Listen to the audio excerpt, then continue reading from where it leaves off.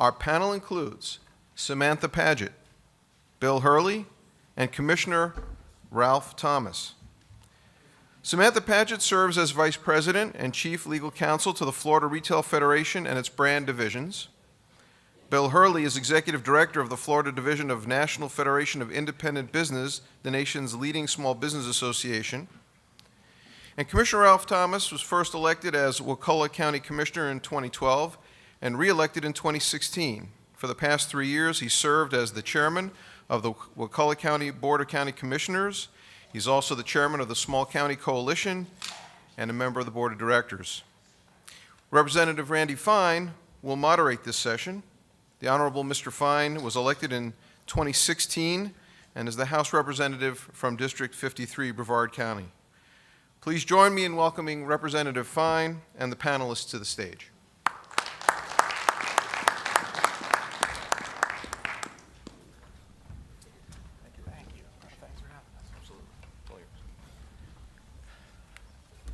Well, good afternoon, everybody. They decided to make one of the more interesting and most likely contentious panels, I think, a little bit later in the afternoon. So it's an honor for me to be here again. My name is Randy Fine. I'm a freshman legislator from Brevard County. From Brevard County, I represent the southern part of Brevard, and I would give a shout out to my county commissioners, but I don't think any of them are here today. Maybe they heard I was speaking. So we're here to talk about a very contentious subject and a very contentious issue. I'm going to talk for about 5 minutes, and then we'll turn it over to each of our panelists for 10 minutes. But a very contentious subject, and that's the notion of preemption. Now, our counties are critically important in administering how our governments work. You manage how our land, our zoning, rules related to noise ordinances, and our police, our fire department, our parks, our libraries, many things we heard about before. But there has come a point that the legislature struggles with where local government will sometimes move into policy issues that create complexity for business owners. Where a business owner with 5 locations or 10 locations or 50 locations in multiple counties has to deal with oftentimes a hodgepodge of regulations that may seem arbitrary and may seem oftentimes confusing. And so we have this debate in the state, and we'll probably have some of it here, and I know you have other panels on it, about this concept called home rule. A concept, when I learned about this, I'm a businessman, that's my background. And when I learned about this, I got in the legislature and people told me after I filed my bill last session, you don't believe in home rule, you don't believe in home rule. And so I went and I found an electronic version of the Florida Constitution. I was told that home rule was something that was in the Florida Constitution. And the great thing about Google today is you can type in a word and it will find it. So I typed in home rule, and nothing came up. Couldn't find it in the Constitution. It turns out we've created a name for something, and I read the provisions, and basically what it says is we have this delicate balance. We want our local governments to administer their territories fairly independently, except as determined by the legislature. And oftentimes I'm concerned, and I have this discussion with my local folks back home, that this term of, because we use very strong terms like rule, as a conservative, I'm personally not a fan of government ruling anything. But when we use these strong terms like home rule, it implies a sense of independence that may or may not actually be justified by our state constitution. And so when the legislature takes steps at times to redefine that, to say, well, look, this may be a little bit out of line, I think folks get upset. So what we're here to talk about in this panel is the perspective of businesses and how businesses oftentimes can feel that these decisions, sometimes made by counties, but frankly, more often made by cities, because there's so many more of them, can be very challenging on those businesses. And so I'm excited to have these 3 great panelists here with me. We're going to start and each of them is going to have 10 minutes, and then I'll have a few minutes of questions to ask each of them, and then at the end, we'll open it up for questions. So I'm going to start with Samantha Paget from the Florida Retail Federation. We're glad to have you here. Thank you, Representative Would you like Fine. to stand up here? No, I'm okay. going to sit right here if that's okay. All right. My name is Samantha Paget. I'm the General Counsel, Vice President General Counsel for the Florida Retail Federation. It is a pleasure to be with you today. I want to talk on some of the points that Representative Fine touched on. We are an increasingly interconnected society, an interconnected state. And so decisions that used to be primarily local and impact you just within your county are now, more often than not, reaching over those county lines and impacting your brothers and sisters in their other counties and other cities. And so for what I will call my multi-jurisdictional operators, the large businesses that operate in many locations across many jurisdictions, they feel the impact of these ordinances, not just in that location, but as they change and permutate and mutate across different lines, and they feel them across the state. And so when we start talking about preemption, where it usually comes from is we see something in one county or city that causes concern. And so a member sort of raises their hand and says, have you seen this? Have you looked at this? Here's how this impacts us. We're concerned about this. And so we follow it, we watch it, we try to engage in conversations with the local officials about the concerns of that. When we start ramping up more towards the preemption conversation is when we see that spread. We see it go to others in cities and counties, and it changes a little bit each time. And it's as it changes that it starts to present more concerns, because it becomes more and more difficult to administer, more and more difficult to comply with. And it creates challenges as they try to run their businesses across those jurisdictional lines. So that's when more members start to raise their hands and say, we are impacted too. This is the concern it caused us. This is the expense it caused us. What can we do about this? As I said, the first thing we always try to do is to reach out to local officials. And I will have to say, I want to tell you, I have never heard a local official say, my intent is to hinder business and economic development. And we recognize fully that that is never the intention. What I have always heard is we have heard a legitimate concern from our citizens, from our constituency, and we're looking for a way to respond to that. And I always have respect for that. And I always appreciate that that is where things germinate from, is that concern for your local constituents and a problem that you have. Our concern is more with how that problem is being addressed. And sometimes we face a lot of resistance, and sometimes we just fundamentally disagree. And there's really nothing wrong with that. We're never all going to agree on a particular point. And that's just it. My preference is to try to sit down and have a conversation about finding the points where we can agree. What can we agree on? What can we agree on? And can we start from that point and find a solution that perhaps meets both of our interests? I will say there are some challenges to having those conversations. As different localities adopt different local lobbying ordinances, it restricts the conversations that we are able to have on a more informal basis. If the first time you hear from me is when you're sitting on the dais serving your constituents directly, and I'm sitting there giving public comments in 3 minutes, that's not going to be an effective conversation. That's going to be not a good time for us to share our ideas and speak openly. However, there may be a certain circumstance in certain counties that in order to talk to you, to talk to your county attorney, that I have to register, pay $250, $300, $400 to write a letter or to have a conversation. Because some of the ordinances read, if you contact anybody that sits on the commission or influences the commission in their decisions, that you must be registered to lobby. And it's influenced whether you advocate for, against, or any type of change. A lot of times I just want information. I want to know what the problem is, because if there is a problem and it is being caused by one of my members, perhaps I can help you address it. Perhaps there's an easier way to go about it that doesn't even require an ordinance. But that conversation has become more challenging and has become more difficult. So we do face challenges in that conversation. But again, my preference is always to start with that conversation. To give an example, me and 3 of our members, we have a meeting with, this is a city of St. Pete in 2 weeks regarding an ordinance that they're looking at.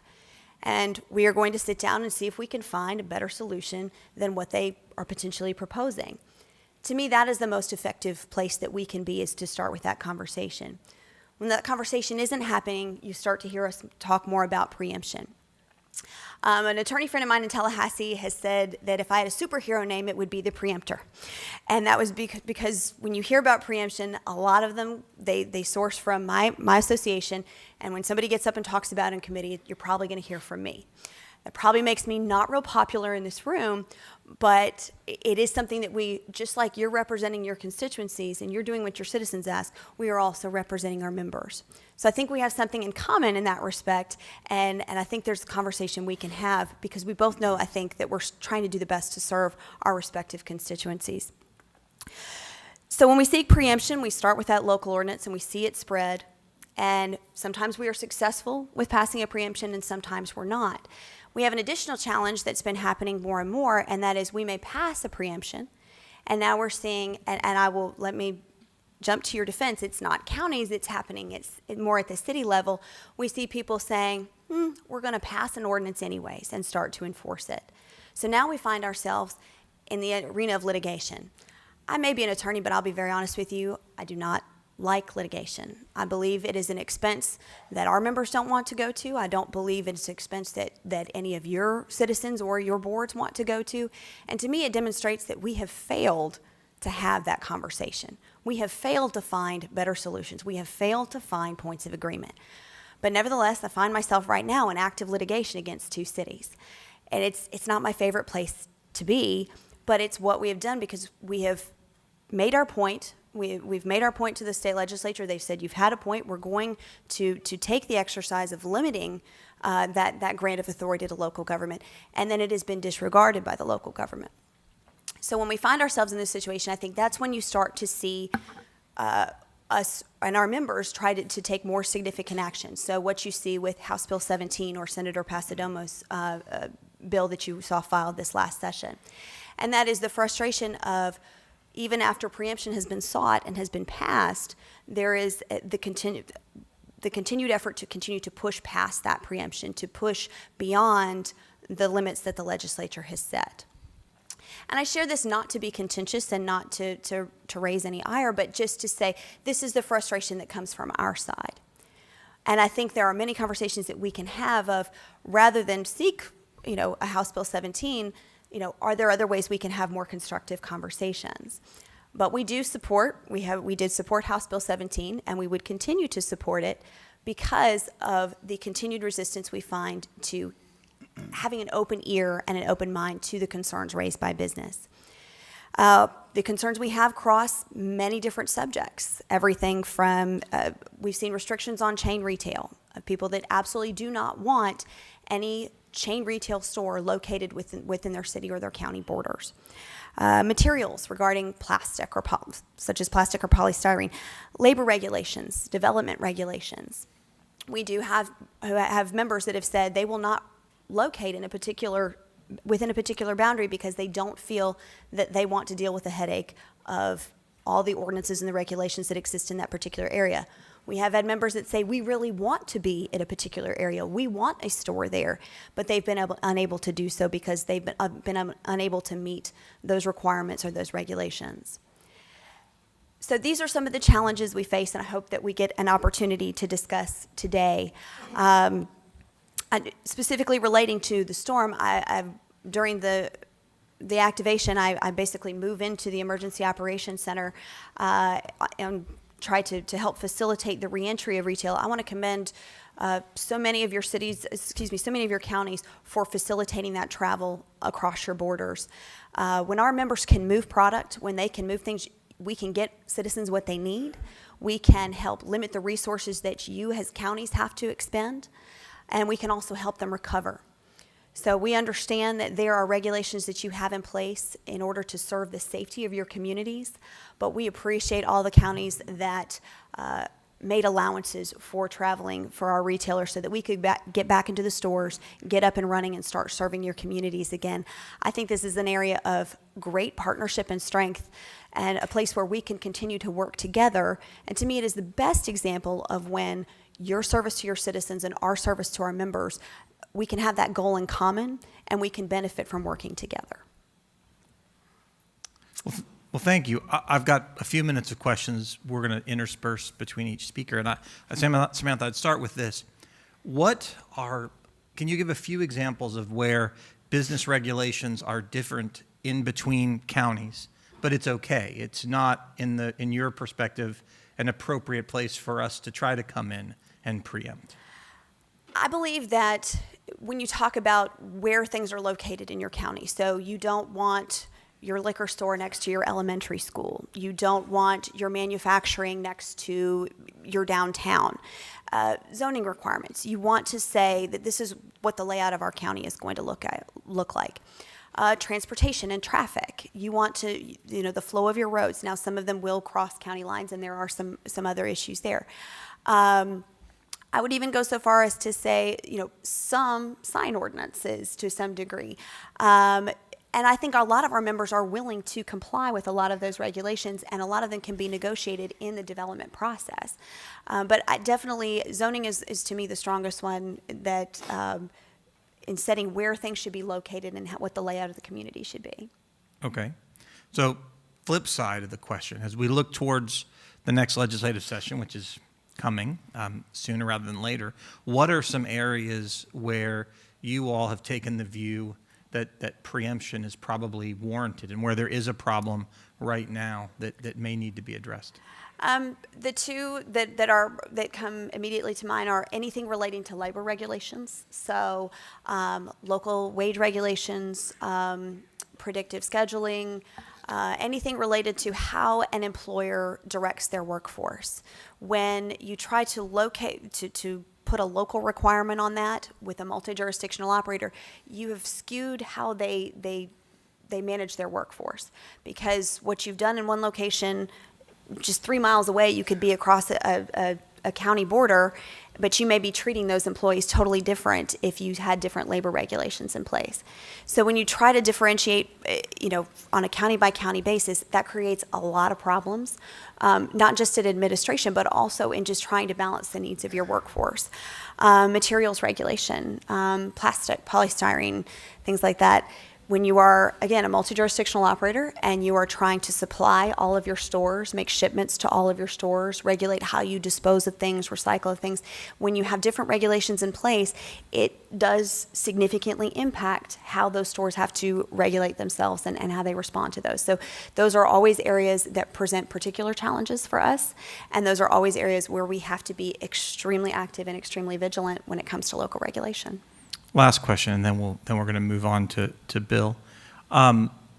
Is there a best practice where a local government has passed a regulation that retailers find burdensome and inconsistent? And are there best practices for how you've been able to resolve it with the local government prior to having to call someone like me and say, can you, file a bill to stop all of this?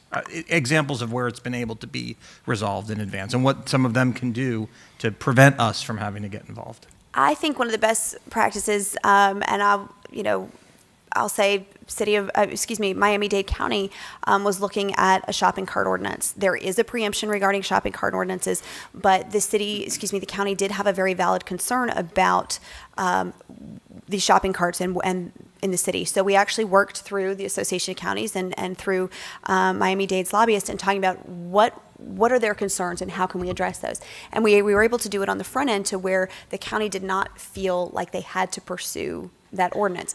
Yes, the ordinance would have violated the preemption, but more importantly, I think it was that the county felt like they were getting their question, their needs addressed. Other issues are it just escaped me, but let's see, what we're doing with the city of St. Pete with theirs relates to wanting to pursue a plastic bag ordinance. Rather than wait until it is passed, we're meeting with them ahead of time with the retailers to share what the impact of that will be.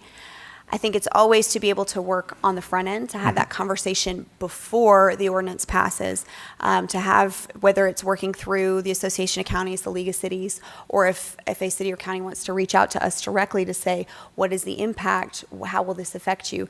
I think that is always a way to target that. So anytime we can have that conversation, we can share best practices the ways we've seen other cities and counties target the same issue.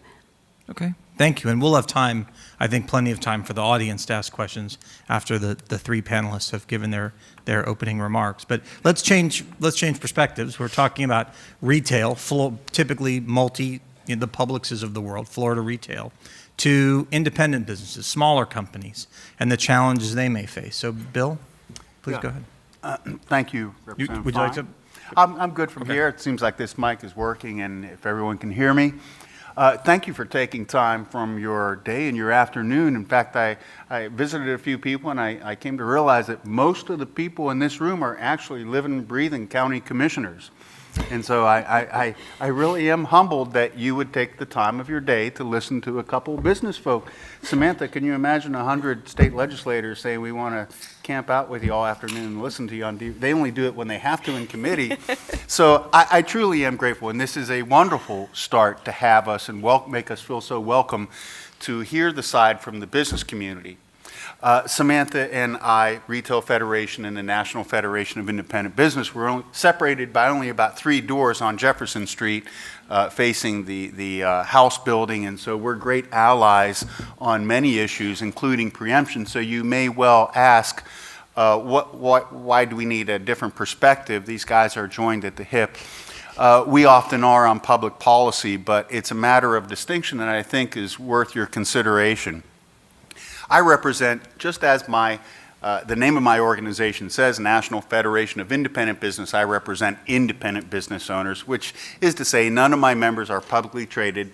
We like to say we don't have the CEOs, we have the OWNERs. We are truly your Main Street businesses. I represent about 10,000 of them across the state, and I assure you in every one of your areas.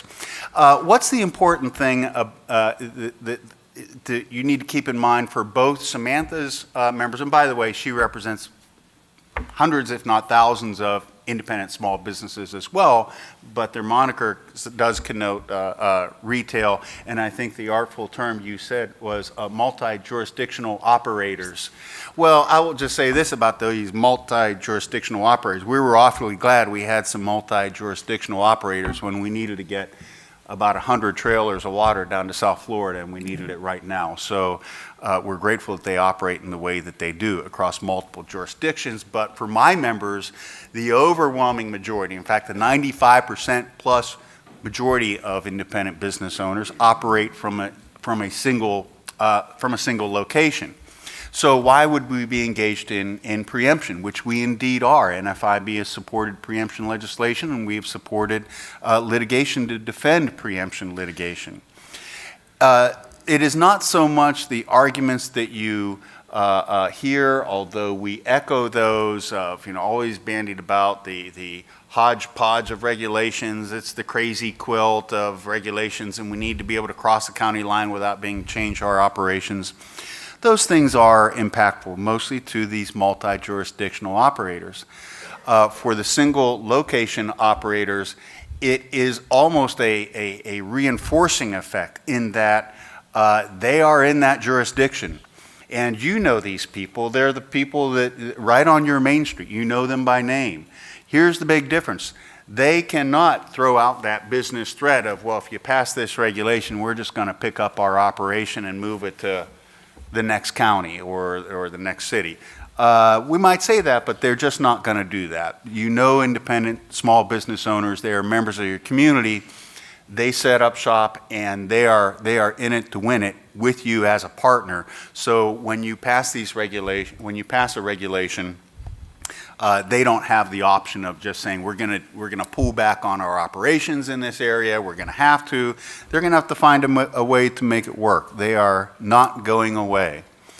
They are your residents. They are your voters. They are the people that putting T-shirts on the back of Little League teams, and so they have an even greater need, if I may say this, Samantha, to make sure that they're communicating with you from the outset. So this about preemption, it's not about the preemption, it's about the regulation in the beginning. Samantha did a good job of outlining the types of issues that are going to be hot buttons for business. I think you recognize those as well. I can echo those. That is the same for small and independent businesses.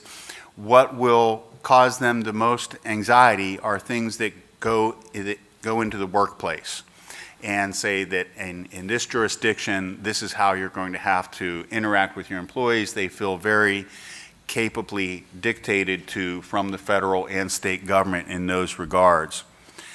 I would also like to make this suggestion, just take home this message with you.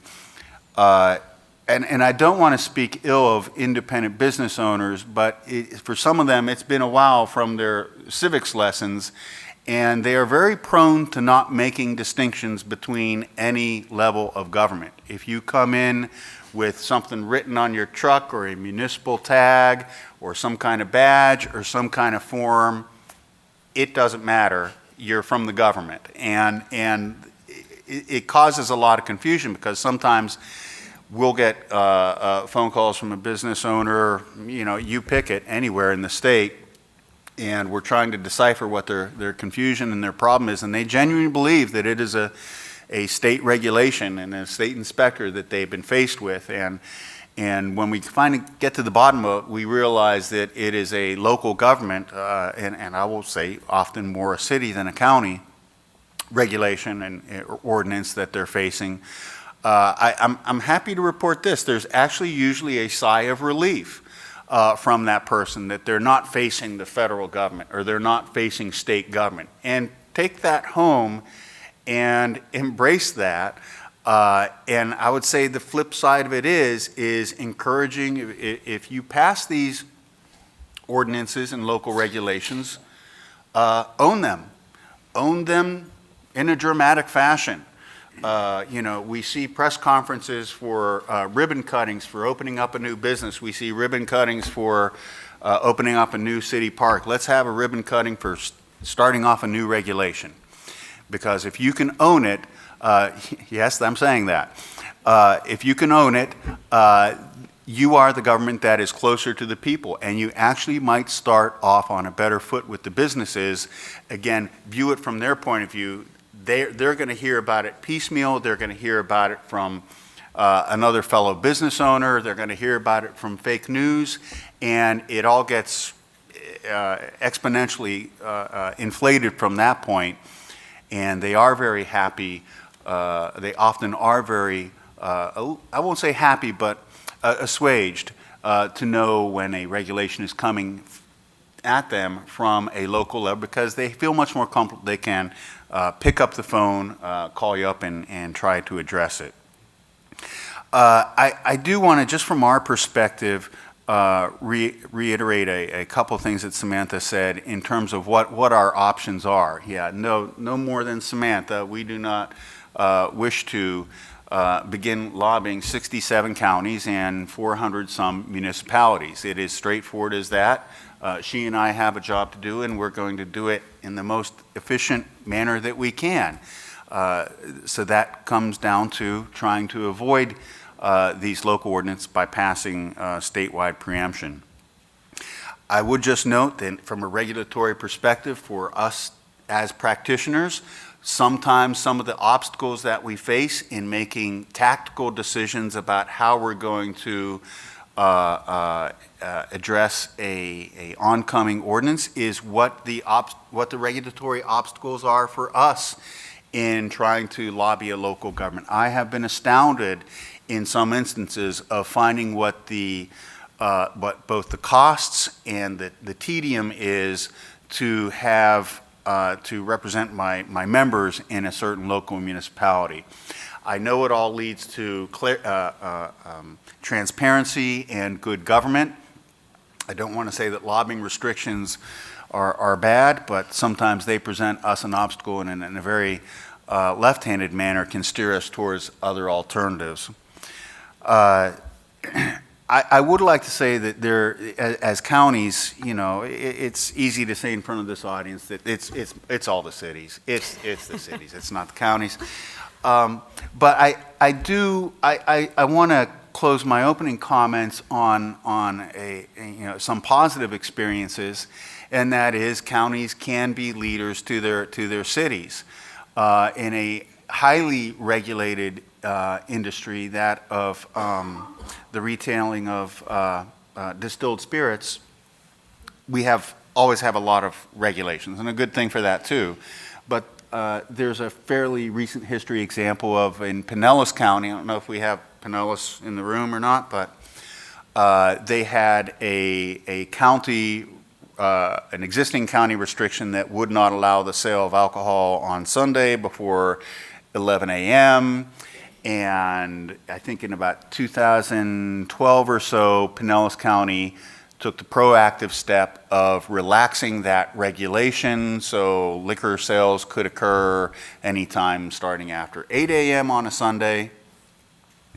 And that did have this subsequent positive, we feel, influence on, I think there are maybe 20 municipalities in Pinellas County. Probably half of them had mirroring regulations.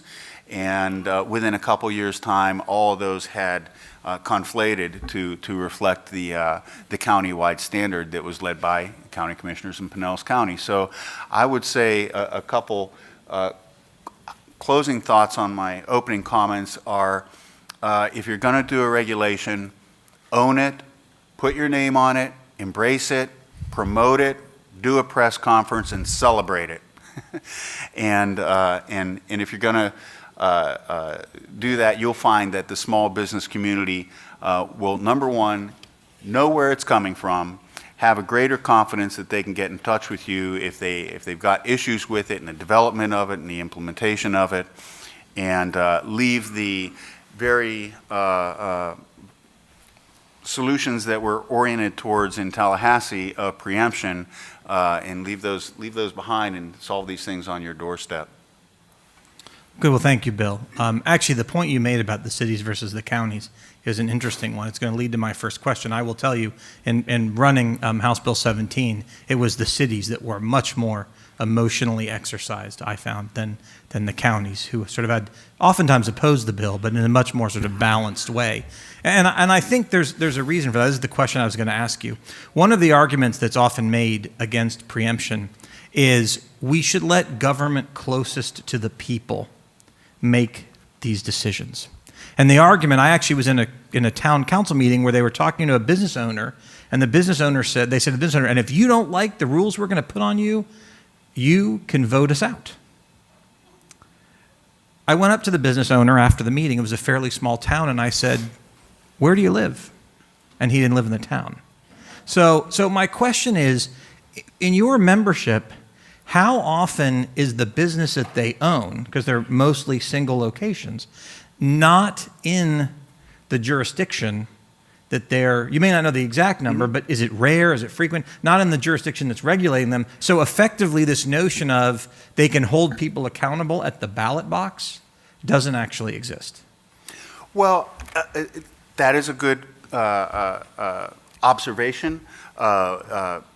Business owners don't vote where their business is located. If you want to throw a constitutional amendment in there giving us an additional vote for every one business locations, we'll take that. But I would say for county purposes, we find that largely true. We do track this actually very closely because we're very interested in small business owners' voting habits. And for the purposes of this audience, the overwhelming majority of small independent business operators with single locations will reside and will be voting in the community where their business resides. I would say that if there is a element of it's too strong of a word, but despair in not being able to change that paradigm for the business owner, it is what I was mentioning earlier, in that these are people in the community. The idea of doing the business threat of, we're just going to close up and go to Indian River County instead of Brevard County really doesn't hold water for them. Yeah, they have kids in schools. They have property. They have employees, and they are just. Again, I don't want to cast aspersions on big business, but they don't operate. They can't operate like that. So the comments, my opening comments of we're stuck with you, and you're stuck with us, is something you need to go home with. And that's my observation as well. People generally live in the county where they own their business, but there's a fairly high probability they don't live in the city where their business is located. I think that, to Very much me, the case. may explain some of the disparity. They know their county commissioner. He's their county commissioner. But, you know, unless they want to give money to a mayor campaign, they don't have any actual voting rights in the city. My next question would be, again, folks in this audience generally don't want guys like me or Representative Killebrew, who's out there, my seatmate, who I just saw. They don't want us to preempt. So what are some of the things that you're concerned right now and you might want us to preempt so they can think about, you know, maybe doing things so we don't have to? What subjects? What are your highest priorities? Preemption? What are the top few things you'd like us to do preemption on in the next session? Is basically my question. Where do you see the need for preemption? Well, you know, I haven't decided what my preemption bill is going to be yet, so it's a good one. You know, who's the economist, Philip Howard, that, you know, always talked about the laboratories of democracy. And for a while, the states were supposed to be the hot spot of laboratories of democracy. And, you know, maybe we're getting a little creaky up in Tallahassee. I do think that you would have to argue that local governments are definitely the laboratories of democracy in, well, I only speak for Florida today. It's where you see some of the most progressive policies coming forward that, frankly, aren't getting the time of day in Tallahassee. So, you know, I understand the motivations, but, you know, because it will play in, you know, one locality doesn't mean that it's going to play in Tallahassee any better. And I guess this is just sort of some real politic. You know, if you want to go down that route, there's going to be pushback from larger audiences. You know, and that's, it's not going to be any less vehement from the small independent business community than it is from the large multi-jurisdictional operators. Again, not because we fear trying to function in the crazy quilt.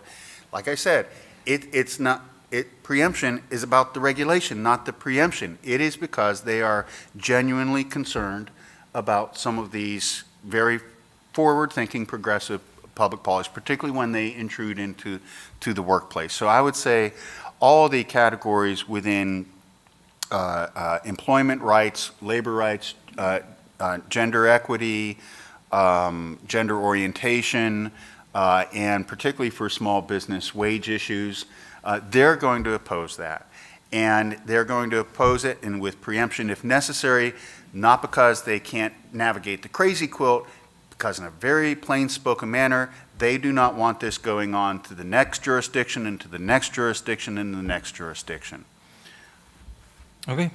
Well, thank you. Now we're going to, I think, probably change paths a little bit. Our next participant, Commissioner Thomas, will probably share a little bit different perspective on what preemption does and his views and some of the complications of it. So please. Thank you, Representative. I And appreciate you're the welcome to opportunity. kick me out of the podium. No, sir, I'm fine. Okay. I'm fine right here. So far, the tone of the panel has appeared to be those who are pro-business versus those who are not pro-business. And I want to correct that. I've run a business in my county for the past 20 years. I serve on the Economic Development Council. I serve on the Board of Directors for the Chamber of Commerce. I just received a nomination for a Business Excellence Award for the company my wife and I run. I just received first place Reader's Choice Award for our local newspaper. We live in a small rural county, and that's 12 years consecutive that we've won that award, which means that we have to be doing business right in order to make our customers happy. Mr. Hurl, you made a very nice comment thanking these folks for hearing from the business community. But I would submit to you, we can turn the microphones around, and this is the business community. This is the business community. I can look across and see business owners. I can see employers, and each and every one of us know that we love our businesses, and we have to have our businesses. Without our businesses, we don't have jobs. We don't have a tax base. We can't build parks and roads and take care of everything. So we've got to be very careful. I would say if we sit here and talk all night, we'll probably determine that I am more for smaller regulations than any of the three of you. In 5 years I've been in office, I've never voted for a single increased regulation. I've only pulled them back, and I'm going to continue pulling them back. But there's a difference. I live in a small, rural North Florida county that borders Tallahassee, and Florida is probably the most diverse state in the entire nation. You know, we have farms, we have agriculture, we have tourism, we have beaches, we have large cities, you know, we have multicultural populations. And so there is absolutely no way that we can take a one-size-fits-all approach and fix all of our problems. So you do recognize that this is government closest to the people makes different decisions, and there's times that that's okay. What might be okay in Wakulla County might not be fine in Miami-Dade, but that's okay because we need to understand, and if we don't get it right, we do get voted out, sir. And you confirmed that most of the business owners do live in our county. And so we live or die based on the decisions that we make. And we're here to serve. We want our businesses to thrive. And I keep hearing that, you know, this is about regulation, but I'm not sure it's that. I feel it's more like, let's pick on the little guys, let's pick on the counties, and let's have big, large, centralized government. I'm against large, centralized government. I want to keep government closest to the people so we can make decisions and we can be nimble. When they come to me and we need to make a change, as long as I've got 2 other county commissioners that agree with me, we can make that change, and we can make it in 30 or 60 days. If we make it so businesses now have to go to Tallahassee, it's going to be very difficult. First of all, they're only in session for 60 days a year. So we've got to wait a year for them to get up there. If they've got a legitimate change that needs to be made, and then when we come to Representative Fine and he says, oh, this only affects Wakulla County. The other 66 counties don't care about this. Well, I get put way down on the list. Well, that might be a real legitimate need for my businesses. And so I would say this is going to hurt business. This is going to hurt business because we know the statutes are changed every year. We know they never get it right. If they ever got it right one time, they could just shut down after the first year. Every year it gets modified and our priorities get changed. And so we need to have the ability to be flexible. And trust me, I will never vote to outlaw polystyrene, plastic bags, almost anything that you can come up with. I'm going to say that's a business decision. That business needs to make that decision. But there may be a community where that's perfectly acceptable and that's what they want. I live in the woods. I don't live in a homeowners association where they come measure my grass. I make that decision. But there's other people that say, well, no, I want that. I want cookie cutter houses. I want everybody to have the same mailbox. And so we've got to have that flexibility and allow that diversity if that's what the community wants. This really comes down to the fact of who are we serving. And I say, you guys are serving the business community. You're doing a great job. And I appreciate sitting up here with you. But I serve the business community too. And I also serve the public. I serve the citizens. And so that's my goal, is to find that balance. Where's that balance there? Let's get back to regulations. If we really want to cut regulations, let's do it. I'm for it, and I'll come speak. Okay? We've got Department of Business and Professional Regulations. Their budget this year is $151 million. That's just one agency. They have 1,600 employees that work there.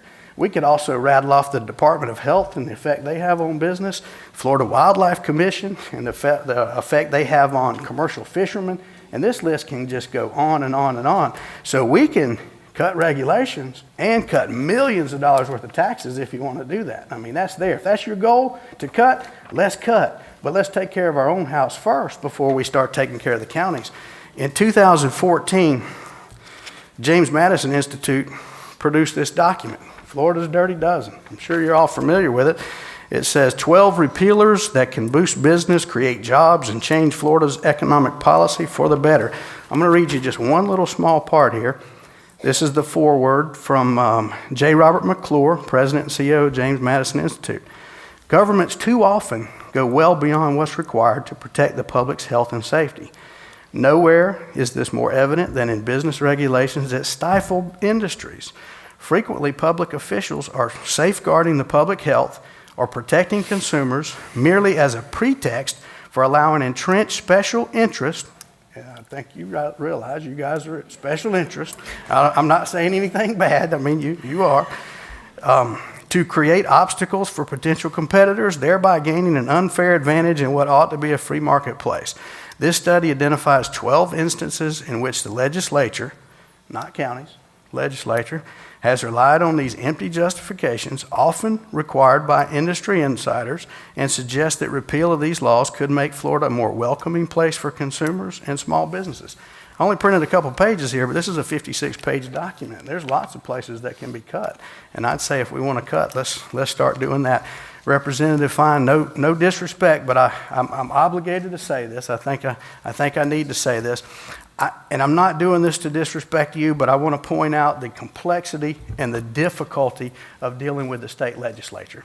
Last year, you testified before Representative Bashir's committee, and so did I. You specifically said in that meeting that if we had any specific problems with HB 17, to let you know.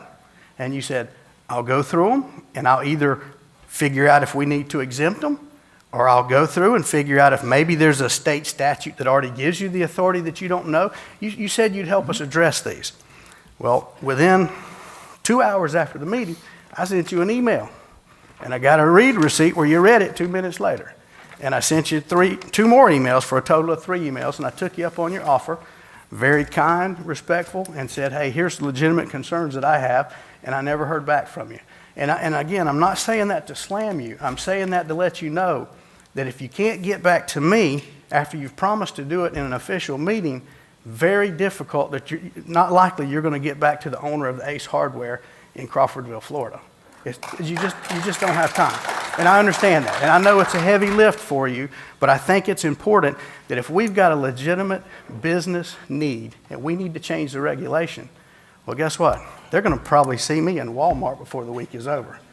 I can never, ever get through a meal with my wife without talking about county issues because I serve these people, and they are me, and I am them, and we're part of the community. I never go in. My wife will not go to Walmart with me unless we have 2 vehicles because 5 minutes takes me 2 hours to get back out. And so we serve the community, and we have to be responsive to the community, including the business community. So we're on the same page there. We're on the same page on regulations, and I will help you in those areas for sure, but it's not a matter of the what. It's not a matter of the what. It's the who and the how. And that's what I have a problem with.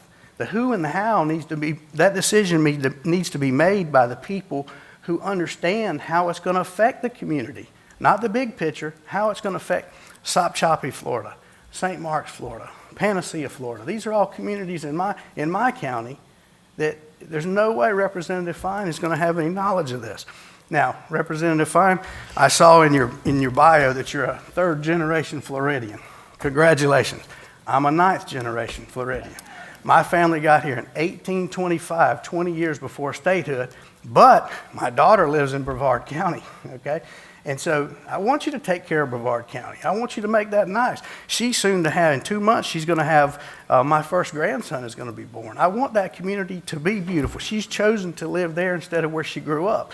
And that is perfectly, perfectly fine. And it's a different community. But it's important that we can maintain our diversity, maintain our local standards, and we need to stand. I could talk all day, but I'm going to go ahead and let these folks talk. But I appreciate the opportunity. No, thank you. And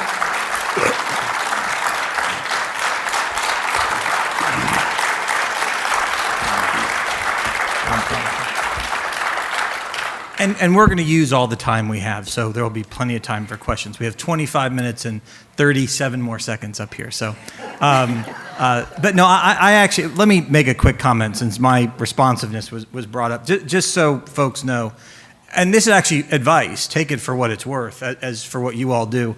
We get on the order of 300, 400, 500 emails a day. It's ridiculous. And oftentimes, frankly, they're like these mass-generated emails from people who aren't from our districts. So trying to get back to folks, particularly who aren't from our district, is difficult. However, in the case of my bill that I ran, I had over 60 meetings with local and state officials, none of whom actually, except for one, were from my district. Now, the difference was they called. And so my advice would be, if you want to meet with someone about a bill, legislators will generally meet with you about any bill they're running, even if you oppose it. but I wouldn't rely on email to get through. Just call, because we have folks who answer the phone. And we actually used to play a game, tell this joke and then I'll ask my question, where I could poster my wall with all these resolutions and proclamations I got from cities opposing the bill. We used to play a game of where in Florida is, we'd open one up and we'd say, what small town did this. So I learned a lot more Florida geography, where all these 400 some odd towns are. So lobbying me, lobbying else, make a phone call, ask for a meeting, and I'd be surprised. I certainly didn't turn down anybody. But my question to you is this: I actually share your view. My reason for running my bill is I think it should be hard to pass regulations.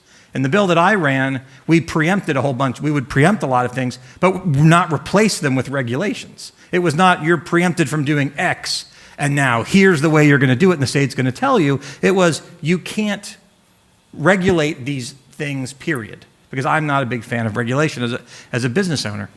So my question to you is, what is in your opinion, the single worst act of a policy area that the legislature has preempted? What is something that, if all the things the legislature's preempted, what in your opinion is the worst that has been done? Well, I put them all in the same category. I hate to give you a general answer, but so all preemption is bad. Absolutely. Okay. Why in the world does the voters of the state of Florida elect over 3,000 county and city commissioners to not have a voice in their own community? Most of the time, the preemptions are unfunded mandates, or this wonderful example you guys did last year, where you asked people if they want a tax cut. Oh, just vote for it. That's all you have to do. But you could have given a tax cut by cutting your own fees, cutting the fees that the state. So what you did, that was a smoke and mirror. Say, well, we're going to give you a tax cut, but we're not going to do the hard work that goes along with that. When I make a decision, I have to live with that. And there's times we might make the wrong one, and we have to come back and change that. But we have the flexibility to do that. And I don't have to send, my citizens to every county in the state to try to figure out how to get that passed through the legislature, and then take the chance of getting it vetoed by the governor. We can take care of that with 3, 4, or 5 county commissioners can make that decision.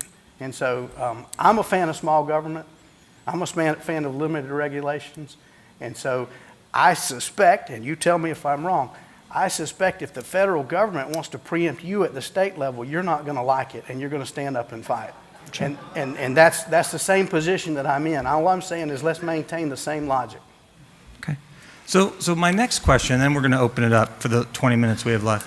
I have to change it, because I was going to ask for an example where preemption might be a good idea. I think I already know the answer based on the first one. So I want to give a hypothetical. And I want to see if you still have that opinion.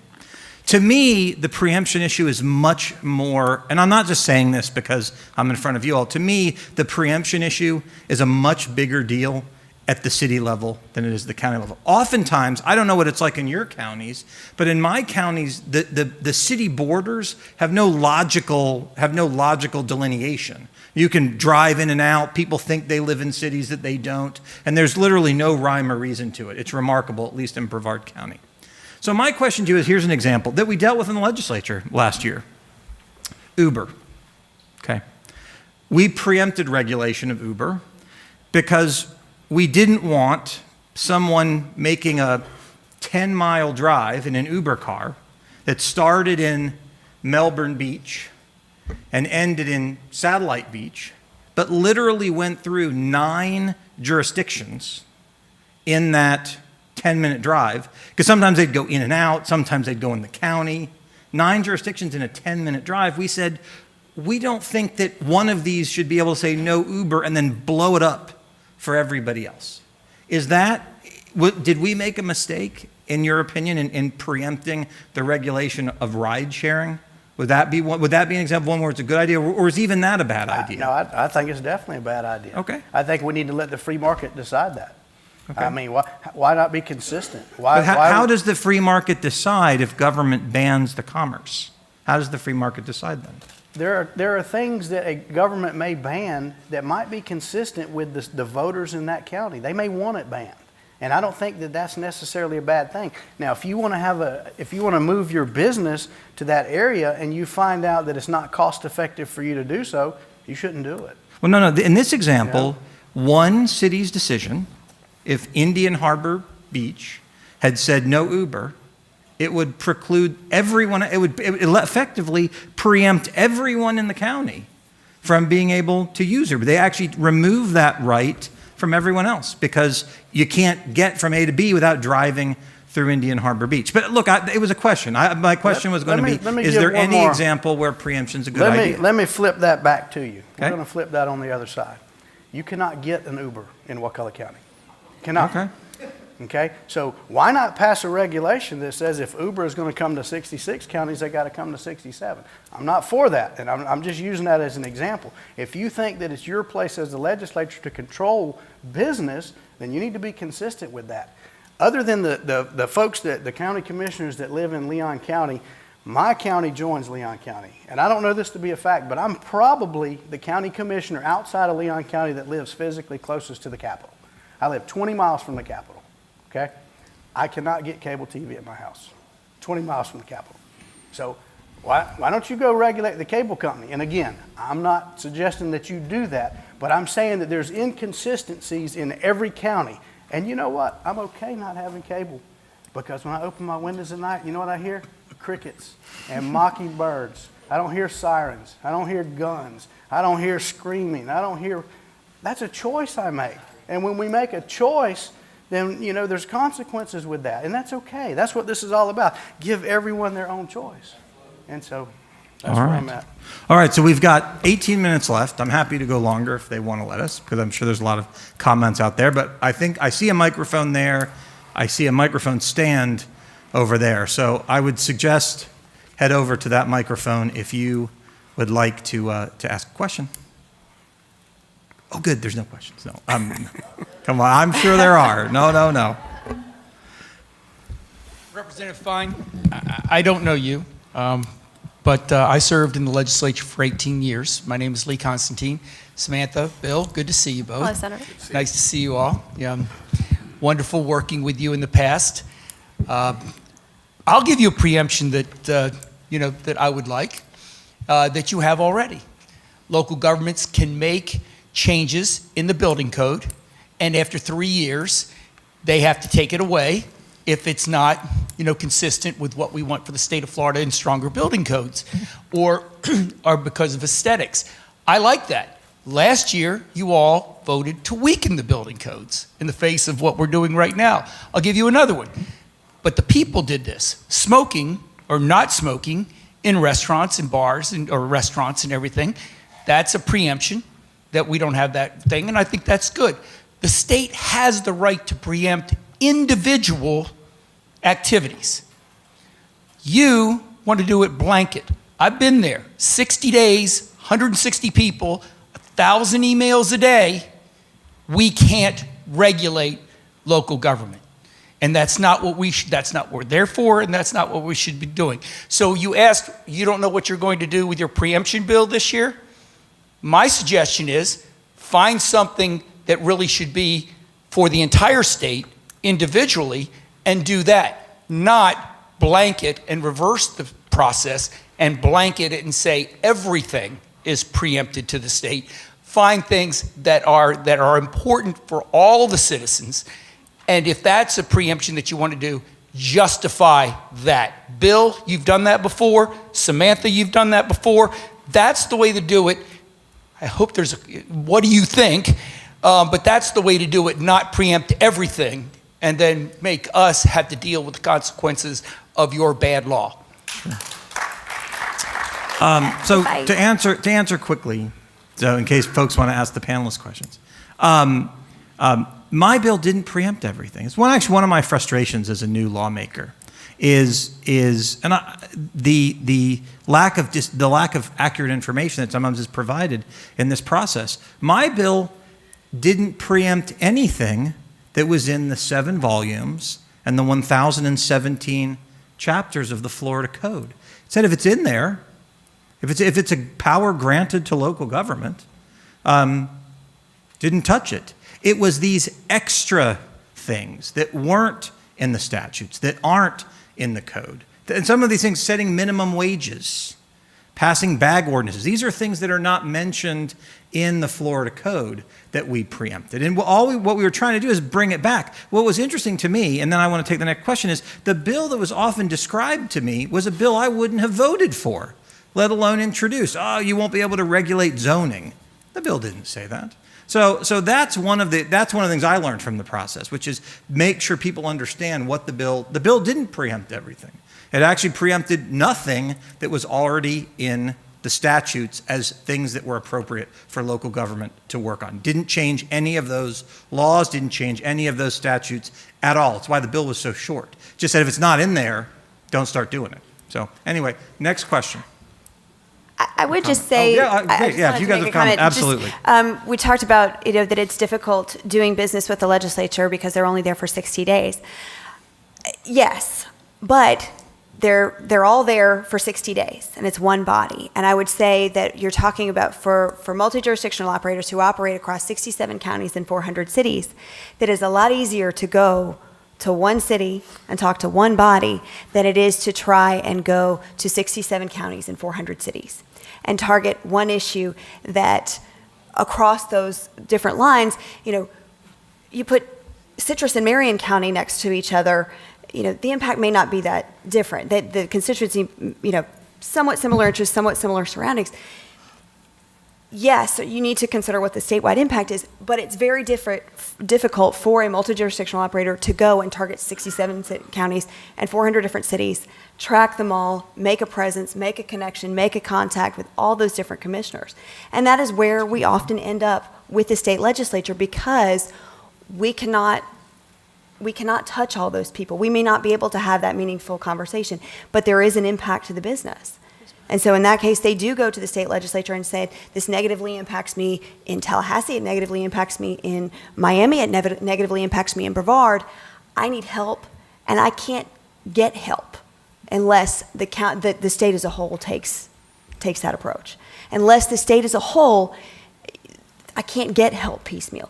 If you're talking about minimum wage, you're talking about labor regulation, you're talking to some degree to materials regulation, you can't make an impact if you don't get statewide assistance. And if I could answer that, I don't think it's so much that they can't get help, they can't get the answer that they're looking for. There you go. Our job is to represent the community. So if the community wants that, they'll support that. Just like, when I like a business, I support them with my dollars. I help promote that business. I go to their ribbon cuttings, I share their stuff on Facebook, and I help build those businesses that build my community. But if the community doesn't want what your businesses are selling, then we need to let the market decide that, not these fine representatives. I actually think Samantha makes a good point. I was thinking about it as you made it. It would actually be impossible for a multi-jurisdictional retailer to go in a 52-week calendar year to just one time, every city council and county commission once to lobby on a specific issue. It's mathematically impossible to do. So it's actually, I hadn't thought of that. Good argument for next year. All right, so next question, yes. Okay, since Marion County was just brought up a few minutes ago, I'm Kathy Bryant. I am Vice Chairman of the Marion County Board of County Commissioners and immediate past president of the Florida Association of Counties. So there's a couple of things that you've all talked about today, and I just really want to talk about them with you again and ask you if you really sincerely believe that they are really good ideas. First of all, Representative Fine, no, with all due respect, your bill last year would have told Marion County that we are no longer allowed to have the ordinance that we have against the adult entertainment industry. Do you really think that the constituents of Marion County would have wanted that? Let's face it, Marion County is extremely different from some of our southern counties that we all love, and what they want in their communities is perfectly fine, but I can guarantee you that Marion County constituents do not want the adult entertainment industry in their communities any more than they already are. Second of all, Samantha, you brought up Marion and Citrus County and the fact that they're similar.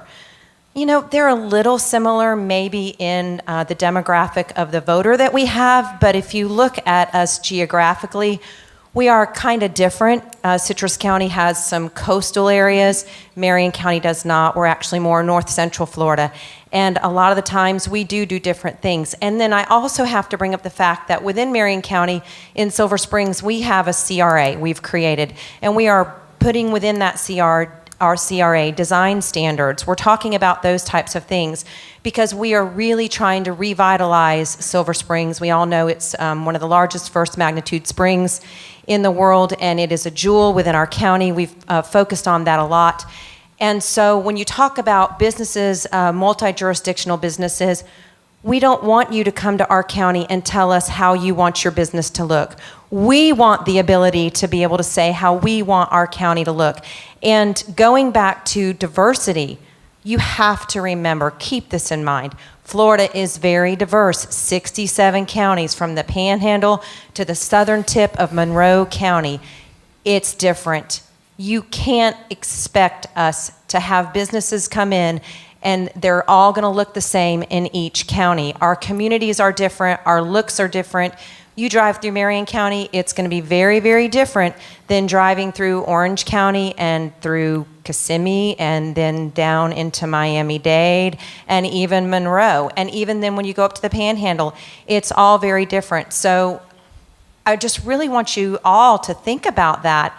And when you're making these decisions and when these businesses are coming to you and they're saying, we want to be able to do the exact same thing in every county, does that really make sense? That's all I have to say. First of all, I want to give a shout out to Marion County because they are one of the only counties that had a shopping cart ordinance, and they repealed it because they realized that it was a penalty to their businesses who had been the victims of theft. So thank you, Marion County. That was excellent. I also want to say that we're not advocating that every city or county be the same. We are saying that there are certain issues that impact all the counties, that impact all the citizens and all the businesses that operate. And that is typically when we look for preemption, because there is an impact. I don't think anyone should say that every community should look the same. No, that's boring, that's horrible, that's terrible for tourism. But there are certain impacts that are felt by businesses across the state. And I think more importantly that it's what I hope to get across is that there's a conversation. That because all of our businesses have to operate in your communities, whether it's one of Bill's members that's a sole proprietor, whether it's one of my large members like a Publix or a Walmart, they still have to operate and be a good corporate citizen within your community.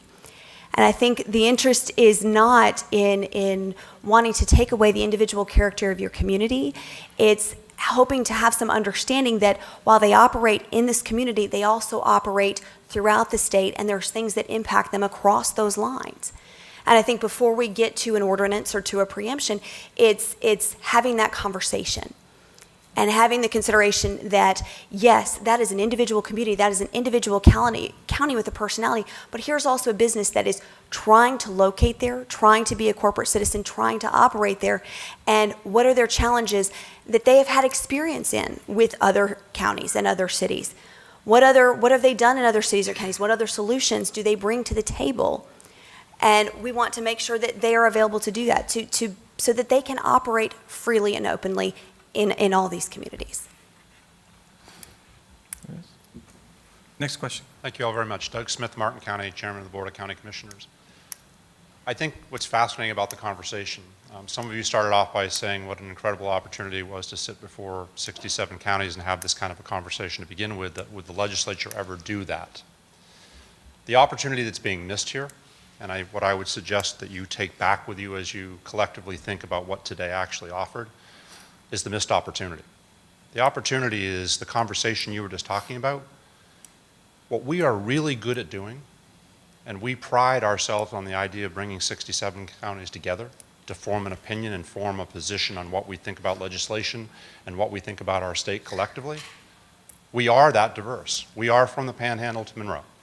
And it is as geographically and ideologically as different as you could ever have in any single state.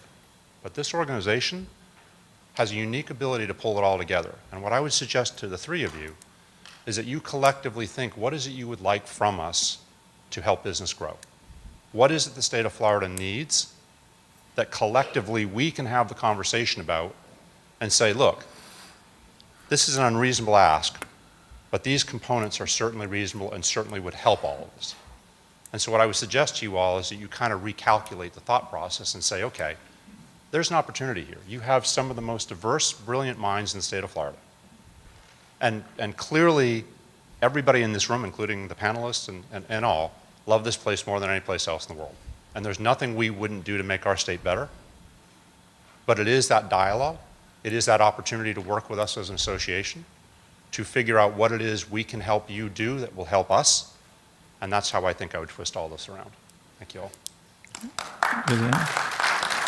Great, thank you. And look, I'll just on behalf of myself, I think that's why we're here. I don't think the three of us thought we were going to walk into to be getting plaques and awards. I mean, so you know, I think that we're here because we're interested in listening. If I only wanted to go to audiences that agree with everything I have to say, I wouldn't have come. So I think that's why we're here. So it's a great point. Next, go ahead, ma'am. Thank you. Melissa McKinley, Vice Mayor from Palm Beach County and second VP of the association. First, Representative Fine, let me applaud you for having the guts and the courage to walk into the lion's den. I appreciate that. And I will, although I agree with 99.99% of what my colleague, Commissioner Thomas had to say about Uber, in that instance, even though Caesar could tell you, who was here earlier, I fought him tooth and nail on that when he brought it to the county commission, but we eventually passed it, and it passed with my support, because I did see that more as an issue of interstate commerce. Much like you would cross state lines, you were crossing county lines. And if you're going from Palm Beach County to the airport in Fort Lauderdale, you should be able to do that. So I do agree with you on that one.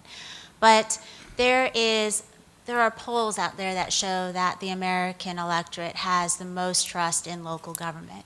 And I have to believe with what Commissioner Thomas said that that's because we are closest to the people, but you and I represent the same people, you know, and we have to live like you have to live in the communities where we're passing these regulations.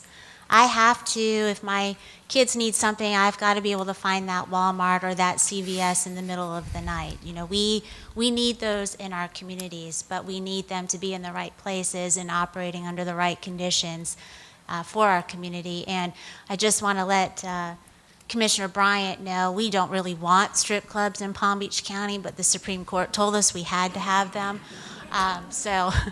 But We'd like to preempt them too at times. Yeah. Well, you know, to each his own. You know, I'll take a libertarian approach to that.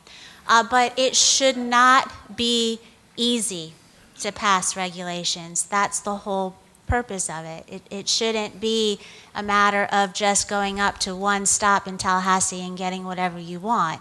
If that were truly the argument for Walmart, you wouldn't be wasting your time here before 67 counties. Walmart operates nationally, they operate internationally. You know, you are in 50 states right now and all throughout Central and South America and probably other places in the world. You know, if you really wanted to do preemption, that's where the conversation should start. So I'm not really sure in the long run what this is really about. I don't think your job should be easy. Your job should be hard, and I'll just end on the note that I have a 16, a 17, and a 19-year-old. At one point, they were 2, 3, and 5, and very picky about what they ate and what they wore, and it would have been a lot easier for me to walk into a store and buy 3 of the exact same outfits, and at home cook 3 of the exact same meals. But being a parent isn't about making the easy choices, it's about making the hard choices. So just take that back with you and remember that we represent the same people. Thanks. Oliver, I actually want to say something. Do any of you?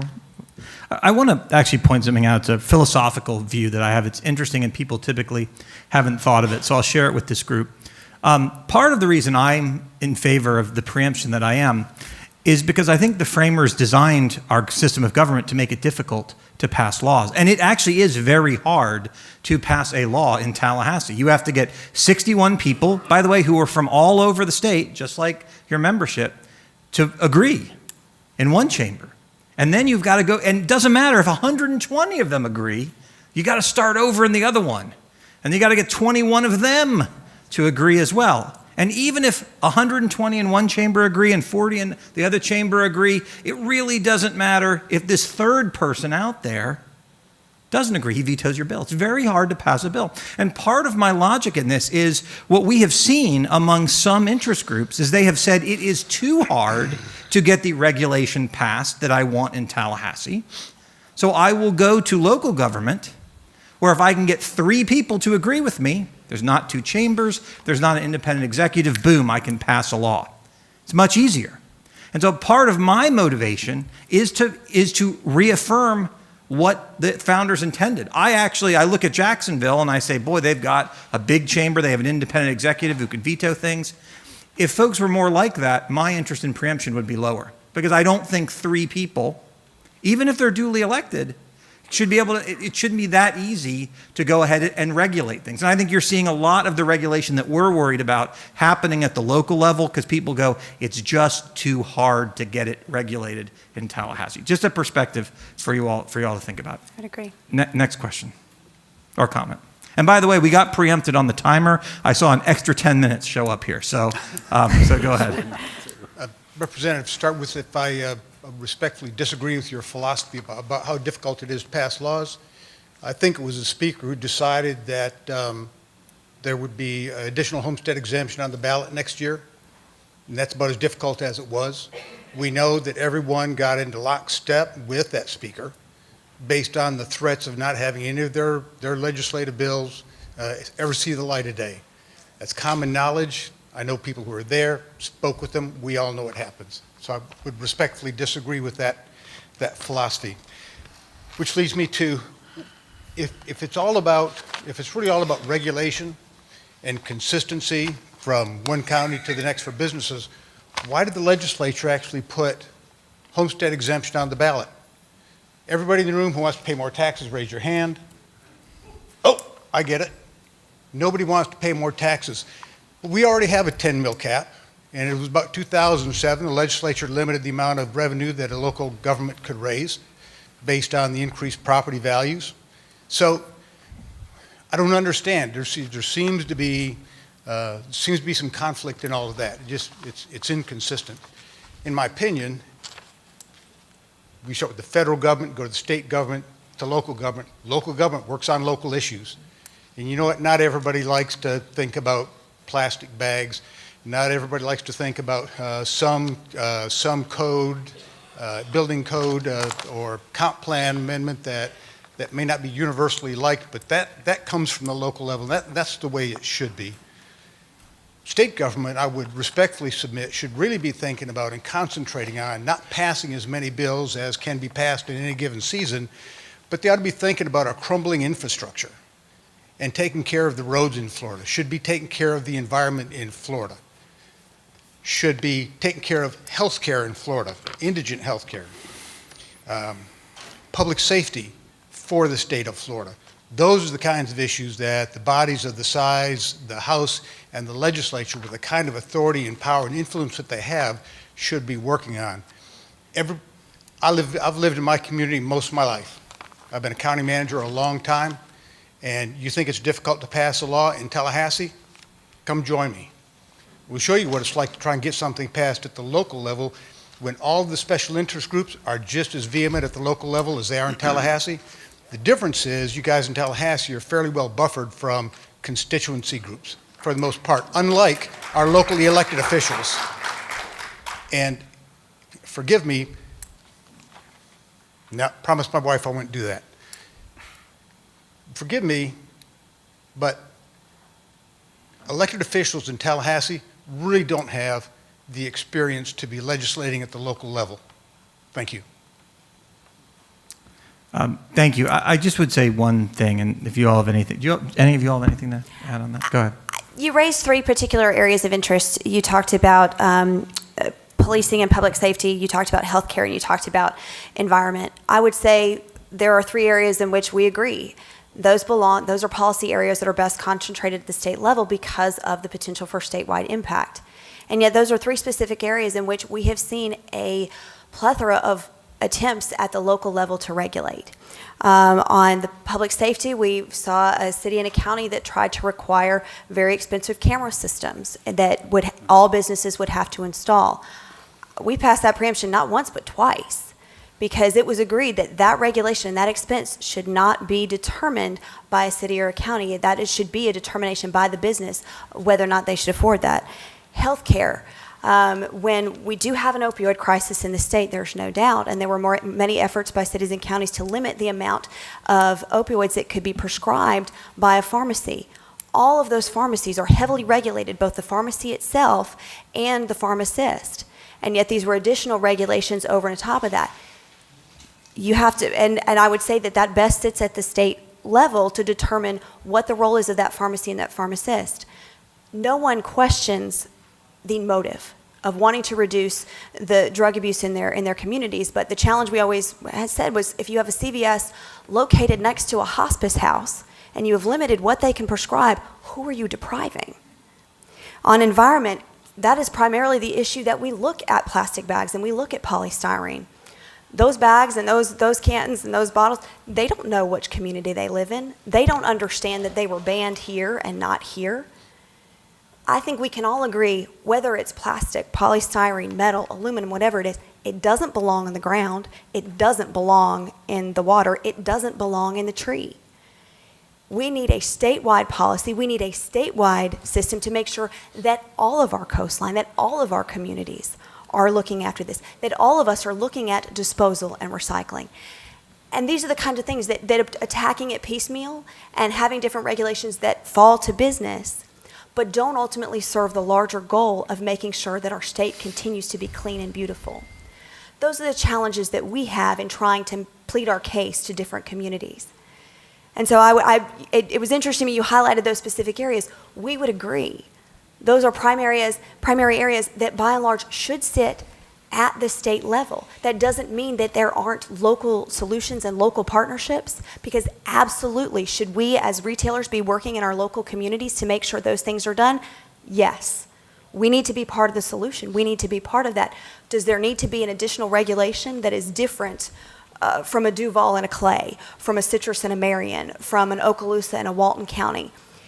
Those bags and those cups, they will go back and forth across the different county lines, and they may have different regulations either way. If we don't have a consistent policy or consistent approach or partnership with the private sector to ensure greater recycling and greater disposal, we really haven't met the goal that I think all of us have. So this is going to be our last question. We have 2 minutes left unless they change the timer again. So Okay, go ahead. So my name is Jimmy T. Smith. I'm former representative. And let me tell you, I've had this debate in Tallahassee on the committees. And one of the areas, and I think, Commissioner, this is something that would be pertinent to your discussion about preemption. One of the things we talked about in the past was preemption in reference to minimum wage. So let's give an example. Leon County decides they're going to set a minimum wage of $15 an hour. And at that point, every shop clerk, cashier, carpenter, plumber, and everybody that you have in Wakulla County would then go that 20 miles and work in Leon County. And then your workforce subsequently loses the amount of people that can provide the services, which then is a detriment to you having successful businesses, which then impacts your ability to collect taxes. So that discussion was passed. So in an answer to the question, not another question to the question, but to answer a question, how would you favor Leon County having a minimum wage of $15 an hour, or would you preempt it at a statewide minimum wage? Thank you. And that's addressed to me. Yeah, I think so. Well, I would say that if those businesses have a $15 minimum wage, they're also going to have to reflect that in their price. And so if we have similar businesses in my county, people are going to come buy it cheaper in my county. And so, you know, I mean, that's a fine line. I'm not in favor of any minimum wages whatsoever, but we deal with that reality today. Even not just businesses, but our law enforcement. We have one of the best sheriff's departments in the entire state. We train people and we lose them to Tallahassee. We lose them to FDLE. That's part of living in a small rural county, is we have to balance that. but that also creates more jobs. And no matter when those situations arise, we always find people to fill those jobs. We have one of the lowest unemployment rates in the state. And so I don't see that as a problem, and I don't see that as a solution. All right, well, we are out of time. So, look, this was a great discussion. Thank you all for paying your attention, and thank you to all of our panelists. So, our final session today focuses on an issue near and dear to our hearts, home rule. This panel will discuss the historical context of Florida's home rule experiment and how concepts of self-governance are relevant in today's political environment. Panelists for this session include John Russell, Mary Atkins, and Bob Neighbors. John Russell leads the American City-County Exchange, a program under the American Legislative Exchange Council dedicated to accountability, transparency, efficiency, and effectiveness in local government. ACCE is rooted in free market and limited government solutions for cities and counties across the country. Mary Atkins is the Director of Legal Writing and Appellate Advocacy and a Master Legal Skills Professor at the University of Florida, Levin College of Law. Atkins teaches legal writing and appellate advocacy. And Bob Neighbors is a shareholder of the firm Neighbors, Giblin & Nickerson, PA, a statewide firm dedicated to local government representation in Florida. He also served on the 1998 Constitutional Revision Commission. Representative Joe Geller will moderate this session. The Honorable Mr. Geller is the state representative from District 100, comprising parts of Broward and Miami-Dade County. He was elected in November 2014 and was re-elected without opposition in November 2016. Representative Geller?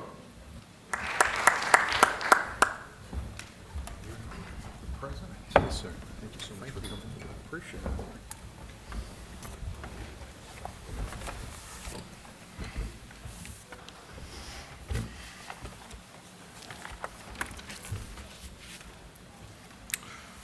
Well, thank you very much, President Constance. We appreciate your making this forum available and bringing us together. I thank you all. Just as you've had introductions, so I do want to just point out to you in your materials something that's a little bit interesting, at least to me, that if you look, you'll see that in the, there's a couple of charts there. And do you know that the state of Florida has several counties that are larger than many states? And if you look, you'll see that a number, including, for instance, Dade and Broward counties, are larger than, in the case of Broward, it's larger than 15 states, and Dade County has a larger population than 16 states. Just to give you an idea of what we know you're dealing with every day. You know, some of these, you look at some of these small states and they'd fit nicely inside one of our larger communities.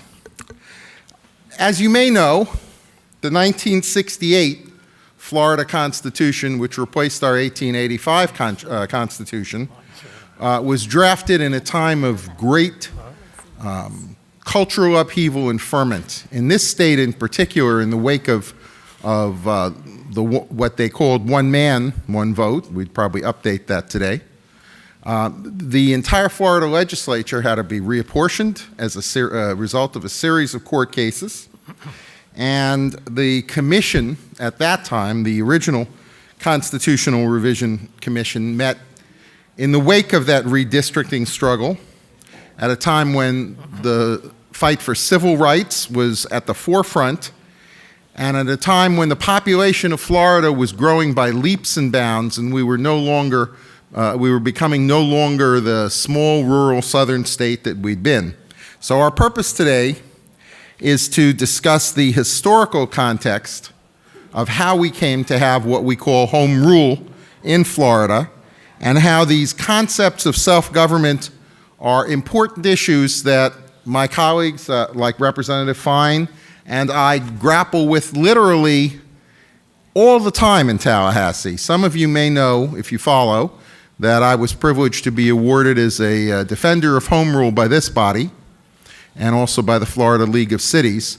I feel very strongly personally about these concepts of home rule, but it's our purpose today to give you some differing viewpoints, some that I might say don't completely agree with my own point of view on it, but as is the case in our society when free speech is at stake, the answer is to have the most robust discussion possible of differing points of view that allow people, opinion leaders such as yourselves, and everyday citizens to hear all sides of an issue and make an informed decision, and that's what we're about here today. So in keeping with that, not only introduction, but that little bit of a disclaimer on some of what you may hear, our first speaker, the Honorable John Russell, is from the American City County Exchange, which is an arm of a group called ALEC that some of you may be familiar with. And at this time, it's my pleasure to turn this over to Mr. Russell so you can get his perspective on these matters. Thank you very much. Great. Thank you, Representative. Thank you all for sticking around. I know we're anxious to get on with the evening, and so my remarks are, I'm just going to warn you ahead of time, are probably going to offend you. They're probably going to make you a little uncomfortable. But please understand that this is a perspective. And it's a perspective when you're working with state legislators in particular that you're going to run into. And it's a perspective that I've come to. As many of you may or may not know, there are two legal thoughts that rule how states run their local counties and cities. One of those theories is called the Dillon's Rule, and the other is called Cooley's Rule. Well, Cooley's Rule gave birth to the Home Rule at the beginning of the Progressive Era, which basically allowed states to give away some of their power to local governments to be able to do certain things. When you look at Dillon's Rule is far more restrictive. I come from Virginia, and I serve on a council where we are ruled by Dillon's Rule, which allows us basically to do what the state has commissioned us to do. And we can't go above and beyond anything they haven't already said that we're allowed to do, and we've set out in our charter. And I'll be quite frank with you, I really like Dillon's Rule. I like Dillon's Rule because it takes a lot of pressure off of me as a local legislator. I really like my colleagues. They're nice people, but I don't trust them with regulation and new taxes. As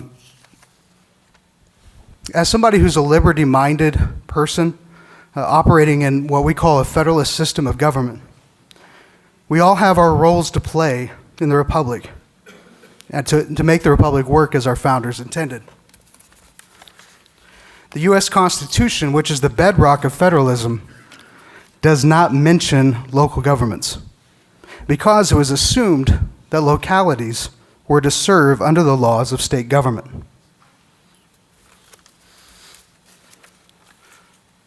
Local governments, which we all serve in, are not equal to the state. We are not sovereign localities.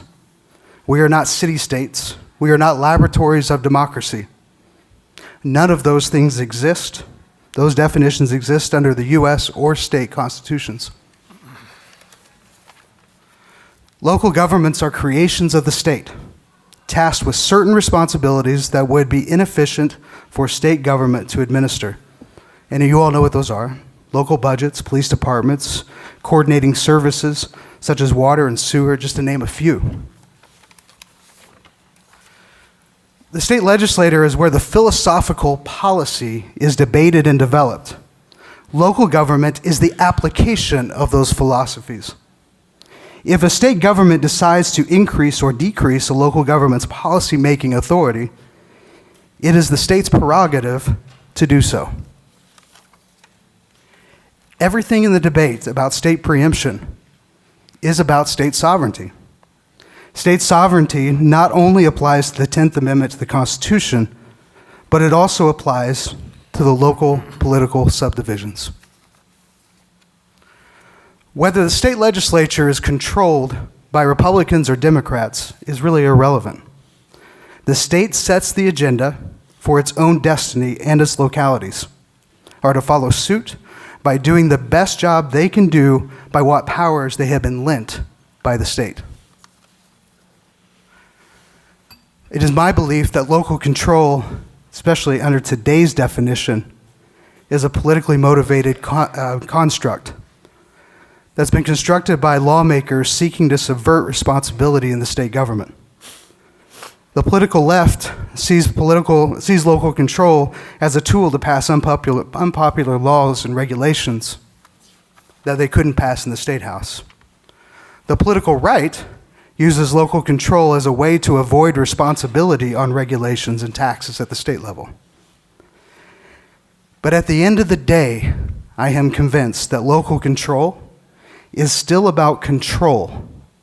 And what we should be about as lawmakers is protecting individual liberty and the rule of law.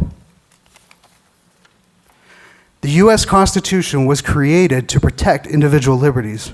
The state constitutions were created to affirm their commitment to protecting individual liberties. Today, those liberties are under attack by government at all levels. Whether it's a federal agency overreach, state growth management plans, or local NIMBYism using local government to deny property rights. Every level of government should be moving us closer to self-governance, not further away. Unfortunately, that is not the case. And most of that is because government at every level is risk adverse.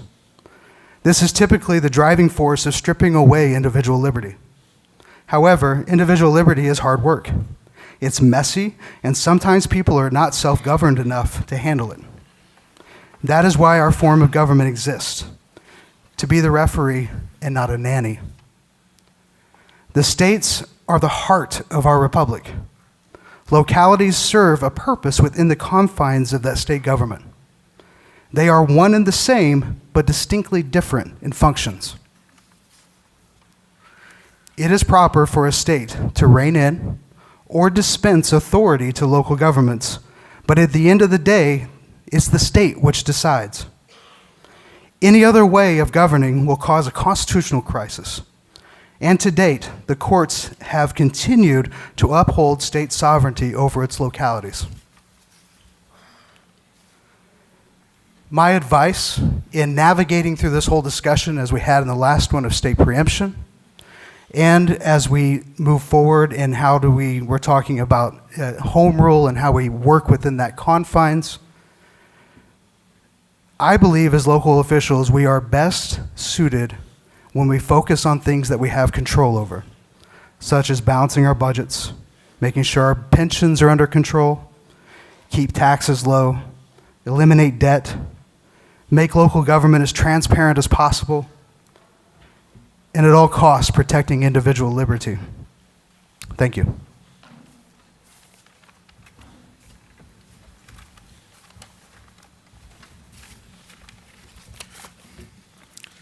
Thank you very much. We appreciate that presentation, Mr. Russell.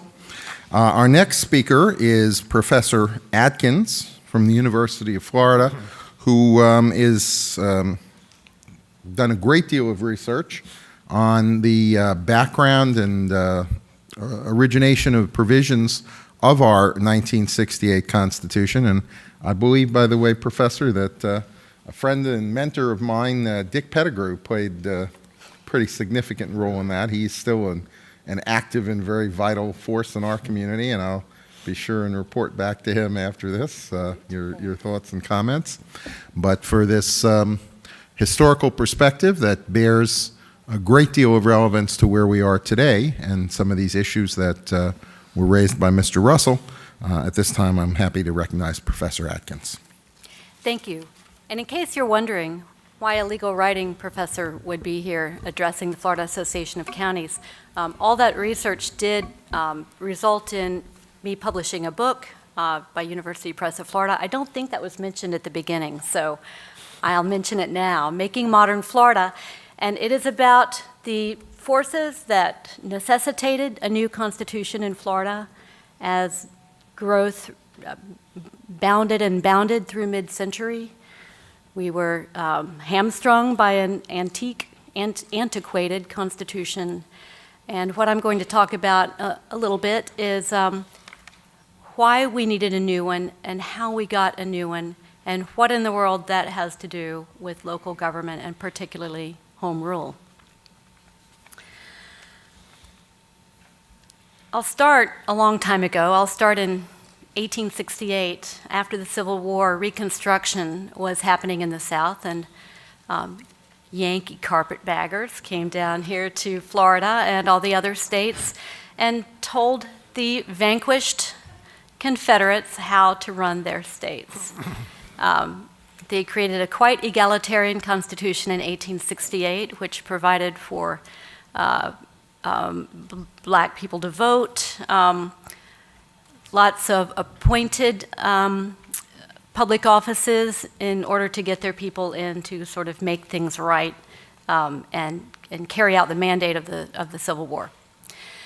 As soon as Reconstruction was over, the white Southern segregationists got together and held a convention and created another constitution in 1885. That constitution was a complete repudiation of everything that the Reconstruction Constitution had provided for. It held, for one thing, it mandated segregated schools at a time when Florida barely had any public school systems. It, of course, did not allow African Americans to vote. In fact, you had to not only be free white male and 21, but you also had to be a member of the militia to vote in Florida at that time. It banned mixed-race marriages. The court system was a mess. It was mainly statutory. It allowed the legislature to invent any kinds of courts that it wanted to, and it did. The executive branch was the exact opposite of the Reconstruction one. It had what was then referred to as a plural executive, meaning the governor could not succeed himself and had no lieutenant governor. Also, there was a 6-person cabinet. Each job was elected statewide also, and the cabinet members had no term limits. So the governor was really pretty nominal.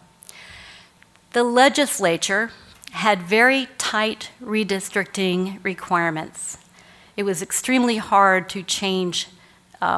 It was possible, but it was very hard to change the apportionment. And that apportionment was perfect for Florida's population as of 1885. Where do you think all the people lived in 1885? Within 50 miles of Georgia or Alabama. So we had this perfect reapportionment, and that's the Constitution we had. There was also no home rule. Anything that any locality wanted to get done other than the most routine of duties, the local authorities had to go hat in hand to their legislative delegation and ask for the legislature to grant them any extra powers that were not completely routine. This situation stayed in place all the way up through the mid-60s, while Florida is growing by leaps and bounds. It's got the space program. All eyes of the world are on Florida, and Florida has this embarrassing horse and wagon constitution. The legislation, of course, the legislature was completely malapportioned. All states were at this point, but Florida's was the worst of all. At one point, 12-odd% of the population could elect a majority of each house of the legislature. You've probably heard of the pork chop gang, and that was what resulted from this malapportionment. You had most of the districts in the legislature were in northern Florida. They were geographically and population-wise tiny. There were very few districts in central or southern Florida, which of course was appropriate in 1885, but not so much in 1960. That power of the northern and mostly rural legislators, together with no home rule, made those legislators, in the words of one of them, little czars. They had such power.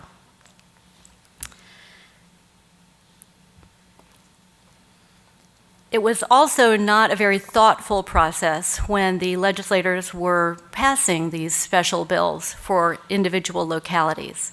There were so many bills. Imagine this, especially as Florida gets very populated. There were so many local bills that they choked the legislature and made it nearly impossible for the legislature to pass statewide bills, bills of statewide importance.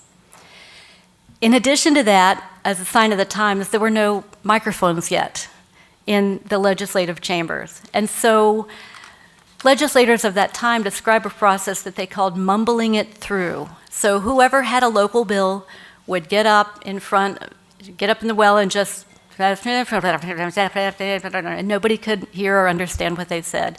And then a gentleman from Jefferson County, who was considered the dean of the Senate at the time, would sit up front and bellow, "Good bill, bad bill." And that was how everybody voted. So it wasn't exactly a thoughtful process. Finally, the U.S. Supreme Court decided Baker versus Carr, which allowed apportionment cases to be brought in federal courts. Florida had its own. After several iterations of going to the Supreme Court and back looking for the perfect apportionment, apportionment began to become creepingly a little bit better. At this point, the legislature finally decided that it would allow a Constitution Revision Commission to be appointed to meet, to draft a new constitution, and to recommend it to the legislature. So at this point, it was by no means guaranteed the legislature would even accept it. They still held all the power. In 1966, that Constitution Revision Commission, led by Attorney Chesterfield Smith, and including Dick Pettigrew and several other really wonderful officials at the time, Reuben Askew and Lawton Childs, both future governors, were on that CRC. They were just state senators at the time. They worked, they drafted a constitution. They submit it to the legislature. Governor Kirk, the first Republican governor in 90 years, was just elected. At his inauguration, he calls for a special session just to work on the Constitution. So all these new legislators come in, some new, some old, because reapportionment was just a little bit at that point. They come in to work on the Constitution, and that day, the Supreme Court comes down with its final decision saying, this apportionment scheme is null and void. You don't exist. You need to go home. They went home. Eventually, the court came up with its own apportionment system. They held another round of special elections. Everybody came back for a regular session. And it was that legislature that finally passed. It addressed and tweaked the new Constitution, and it finally agreed to have a new Constitution. It would probably not have ever come about if it weren't for that final reapportionment, which brought in a more representative body of legislators to the state. In that 1966 draft and the 1967 and 68 legislative tweaking of it before it went to the 68 ballot, home rule was a given. I've read transcripts from 1966 of the CRC, and I've listened to tapes from 1968, and there was no question that they were going to have home rule. The only controversy was how to allot the power between cities and counties. But everybody, including the legislators, all understood that home rule was a necessary thing. Because what they had seen before was so bad and wasn't working at all for a growing and populous state. I was asked to talk about some of the other things that were different. I know you're most interested in home rule. There was also, and it provided, by the way, home rule was contemplated but not automatic. It allowed the legislature to pass an enabling statute. The legislature did that. It allowed options for charter counties, for counties to become charter counties. It allowed for consolidation. It also fixed the plural executive just a little bit by letting the governor succeed himself and have a lieutenant governor. It didn't fix the courts. That happened 4 years later, and the court got a nice uniform system.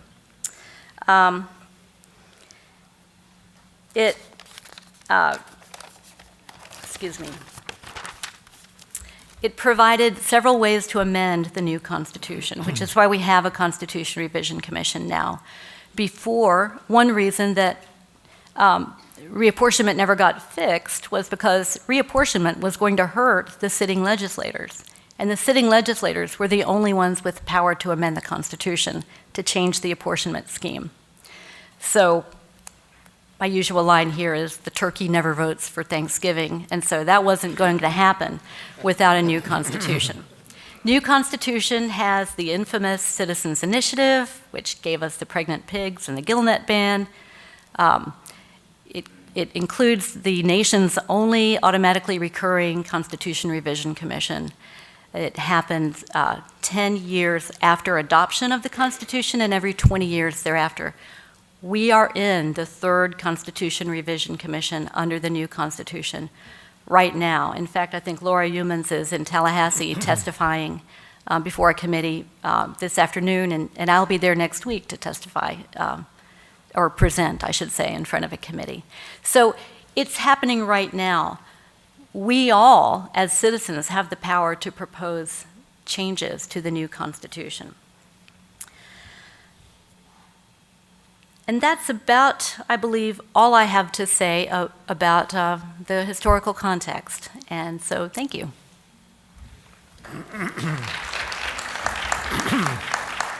Well, I don't know what I'm going to say after Commissioner Thomas from Osceola County spoke. I think I'll just take a break. I thought he was a very effective advocate for home rule.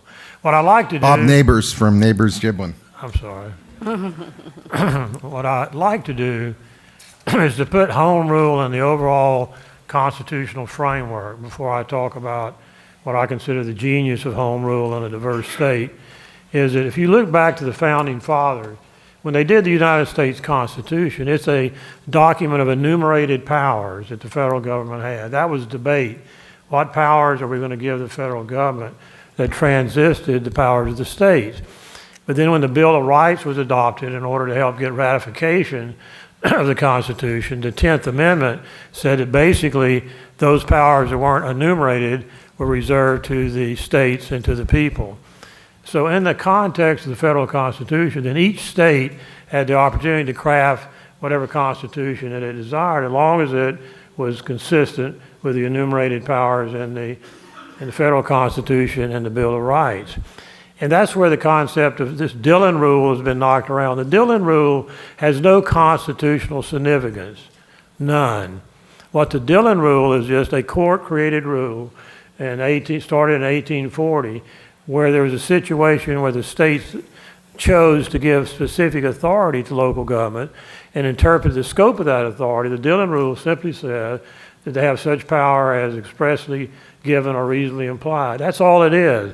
It's a court-created rule that basically allows the courts to construe narrowly the delegation of powers from state legislatures. In Florida, we have the Dillon Rule only application is in special districts.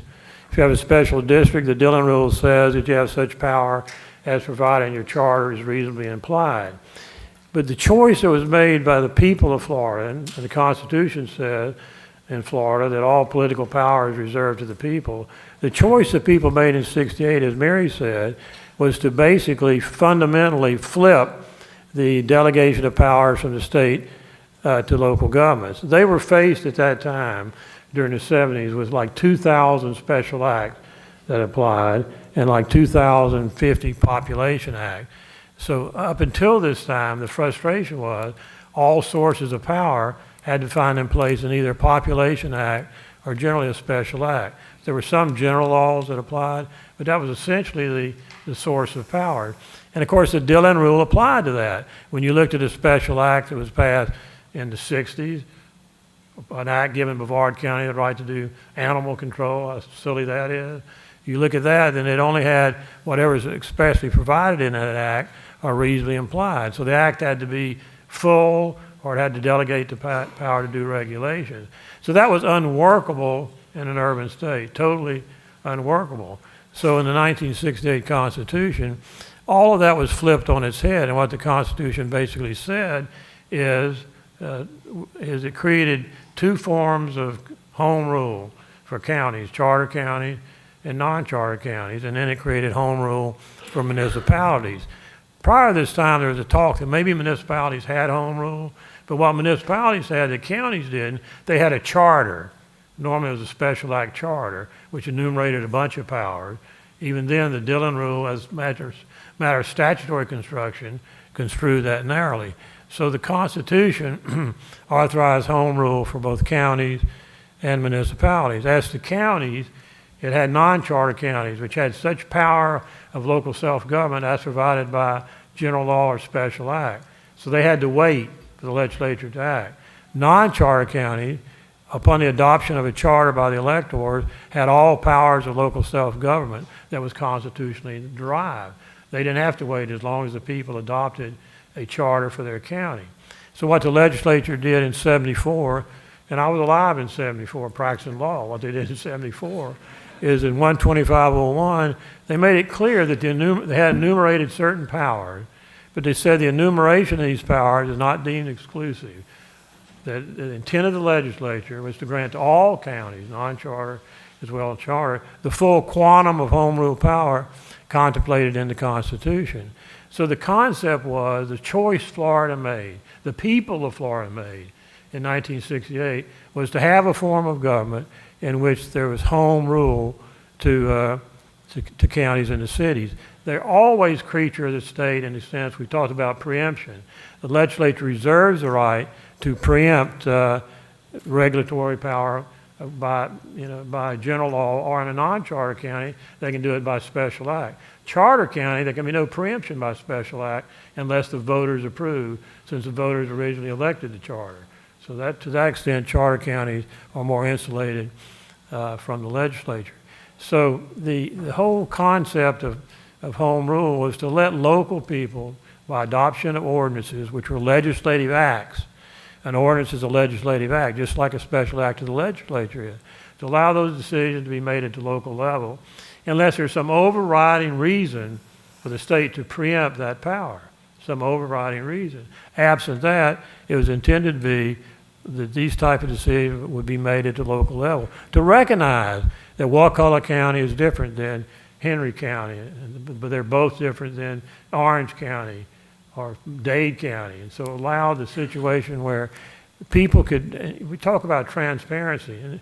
In the old days on special acts, you had special acts and population bills. A lot of you don't know what a population bill is, but that was the way the legislature used to provide to enact a general law under the guise of a special act. It would say an act relating to a county, a population of 25,000 not to exceed 35,000, and then have regulations. And there were over 2,000 of those adopted by 1970. And so there was no public notice. The Constitution required that to adopt a special act, you've got to give notice in the paper 30 days before it's adopted of the intent to adopt the legislation. But a population act was always considered to be a general law. So the legislature would get halfway during the session, some made them mad, they want to do a special act to limit some power of a county, and they do it as a population act.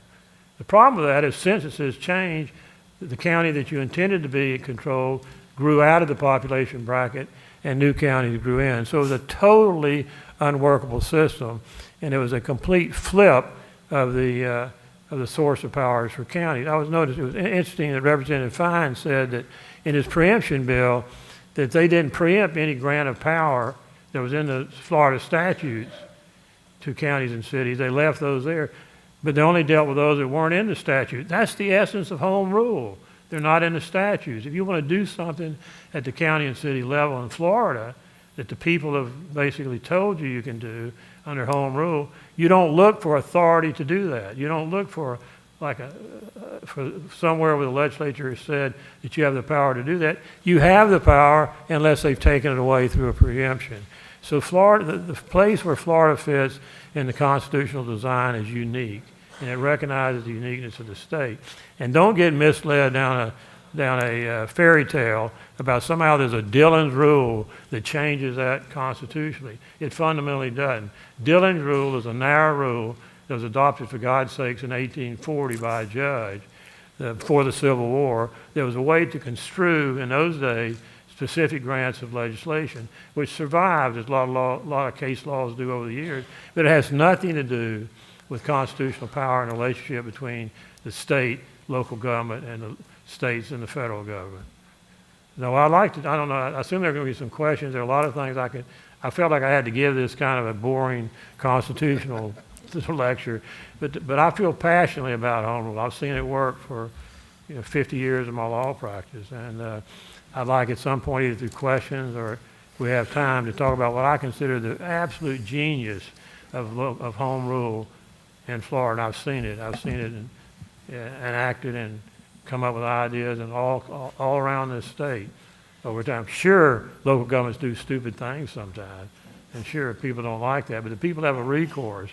Don't be under the myth that somehow that laws are easily passed at the local level. They're passed at a public hearing, sometimes an overflow hearing. In the legislature, it's not difficult to pass a law. If you got the speaker, you got the House. That's the way it works. So it's not that difficult. It's very difficult at the local level to do something controversial. And if y'all didn't already know, Bob Neighbors was actually on a Constitution Revision Commission. It was this last one, right? 98. 98. Right. So he not only knows everything in the world about local government, but he also knows about how to apply that to Constitution revision. Well, thank you very much. Before we get to some questions from the audience, I'm just going to take the privilege of moderating and weigh in on one quick point that Mr. Neighbors was talking about, and that's this Dillon rule. Remember, it's not only 1840. It was Mr. Dillon apparently was Judge Dillon was the Chief Justice of the Iowa Supreme Court. I don't know how many people know a lot about Iowa in the 1840s, but saying that it is a good model for what we're experiencing here in the 21st century in the third largest state in the country of many millions of people. I think 20 is the number I saw last, something around that. But the Dillon rule doesn't really have anything to do with the powers of counties and cities or the relative relationship with the state. It is simply a rule of construction if you're faced with a legislative act. And Dillon, when he retired from the court, he was a railroad lawyer. He was a railroad lawyer. He wasn't one of the founding fathers in any sense of the imagination. And the point being that to suggest, without regard to its particular efficacy today, to suggest that this is a good model that we ought to be following in Florida to solve our problems is, with deference to our panelists, subject to a lot of question. I know before being elected to the legislature, I had the privilege of serving as a mayor of a little town in Dade County, North Bay Village, for a couple of terms. And I've served for many years as a city attorney for different cities.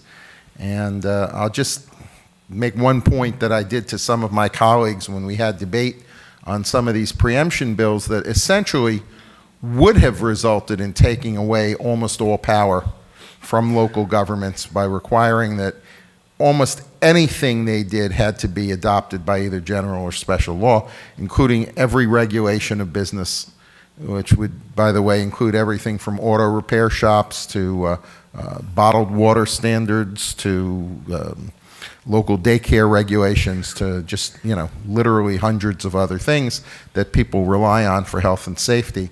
And it is the case that there are some members of the legislature who are very bright fellows, men and women. There are some very capable legislators there, but I can tell you from serving with them that none of them become a lot smarter when they walk into that building. There's no magic force field that suddenly makes you more capable. And as I reminded my colleagues, not just of that fact, but the very same voters who exercise the great wisdom of choosing who they're going to be represented by in the state legislature are the very same voters who exercise presumably that same wisdom when they select local government officials, whether it's at the city or the county level or at the school board level. It's the same constituents, and they do just as good a job on both. With that said, let me just... Representative, if I may. Oh, please. Just real quick, I just wanted to bring a little bit of correction. I in no way would assume that Florida should become a Dillon's Rule state. Since the Commonwealth of Virginia, where I live and where I serve,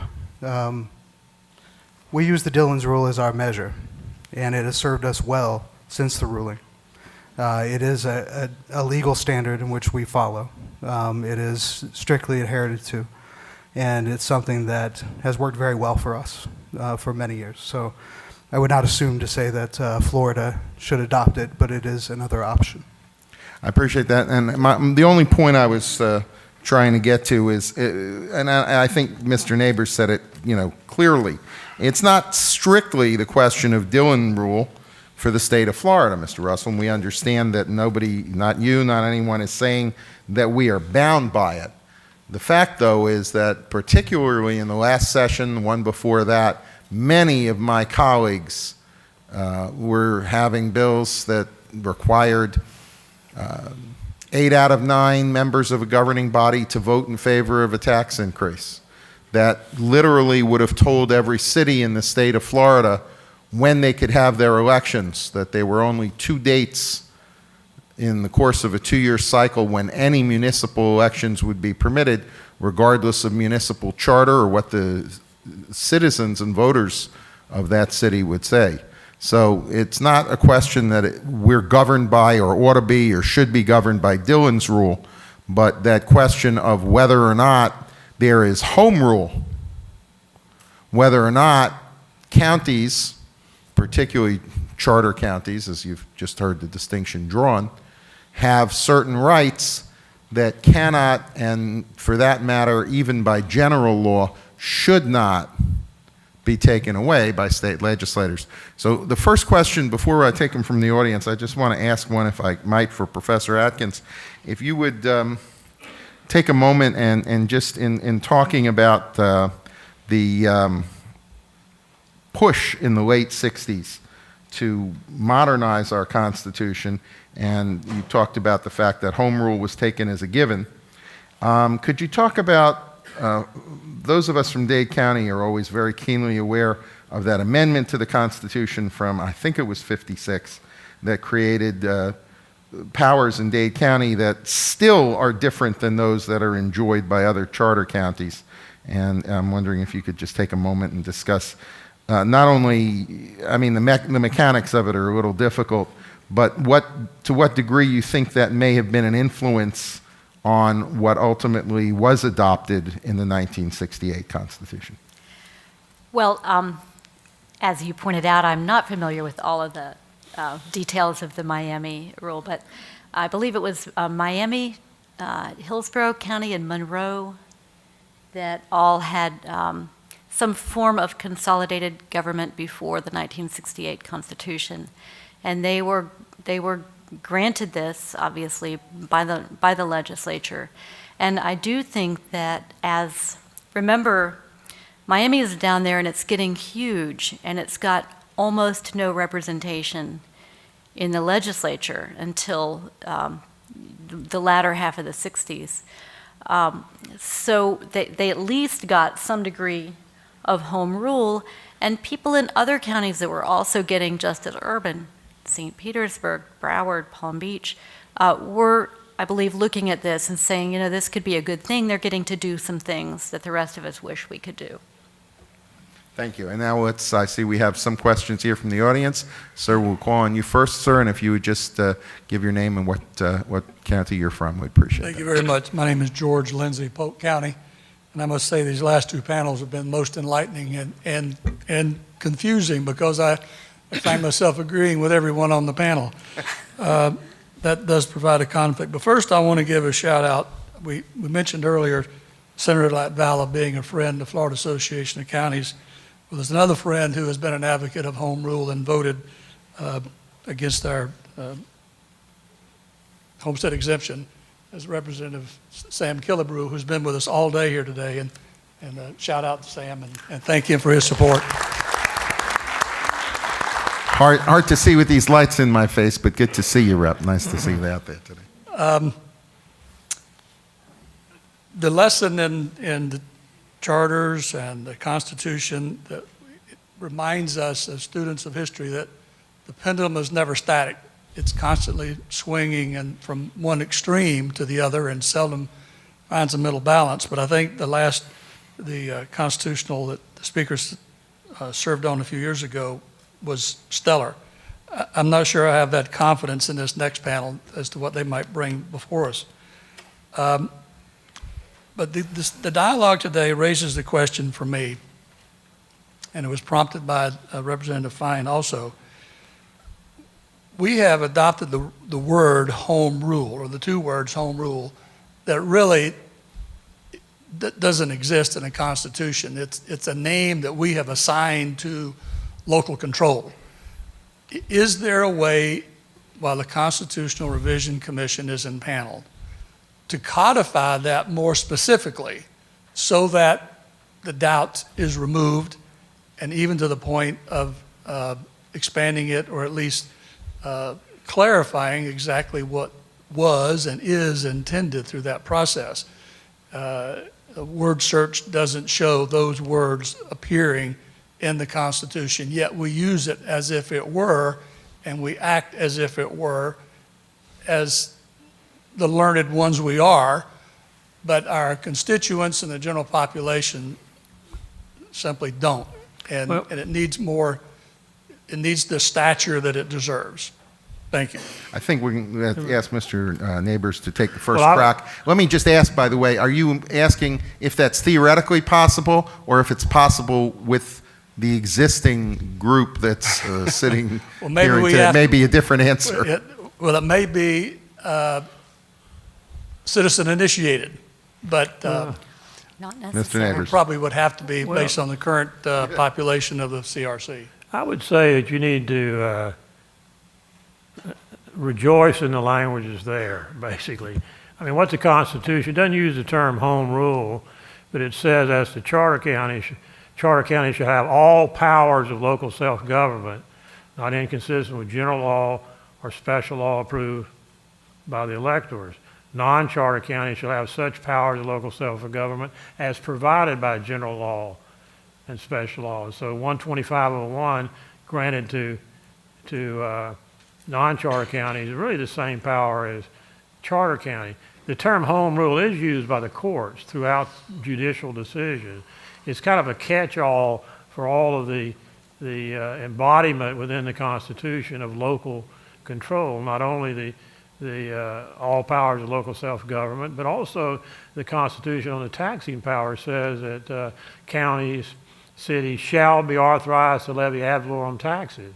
So home rule, and that is intended to be, that's a home rule revenue source.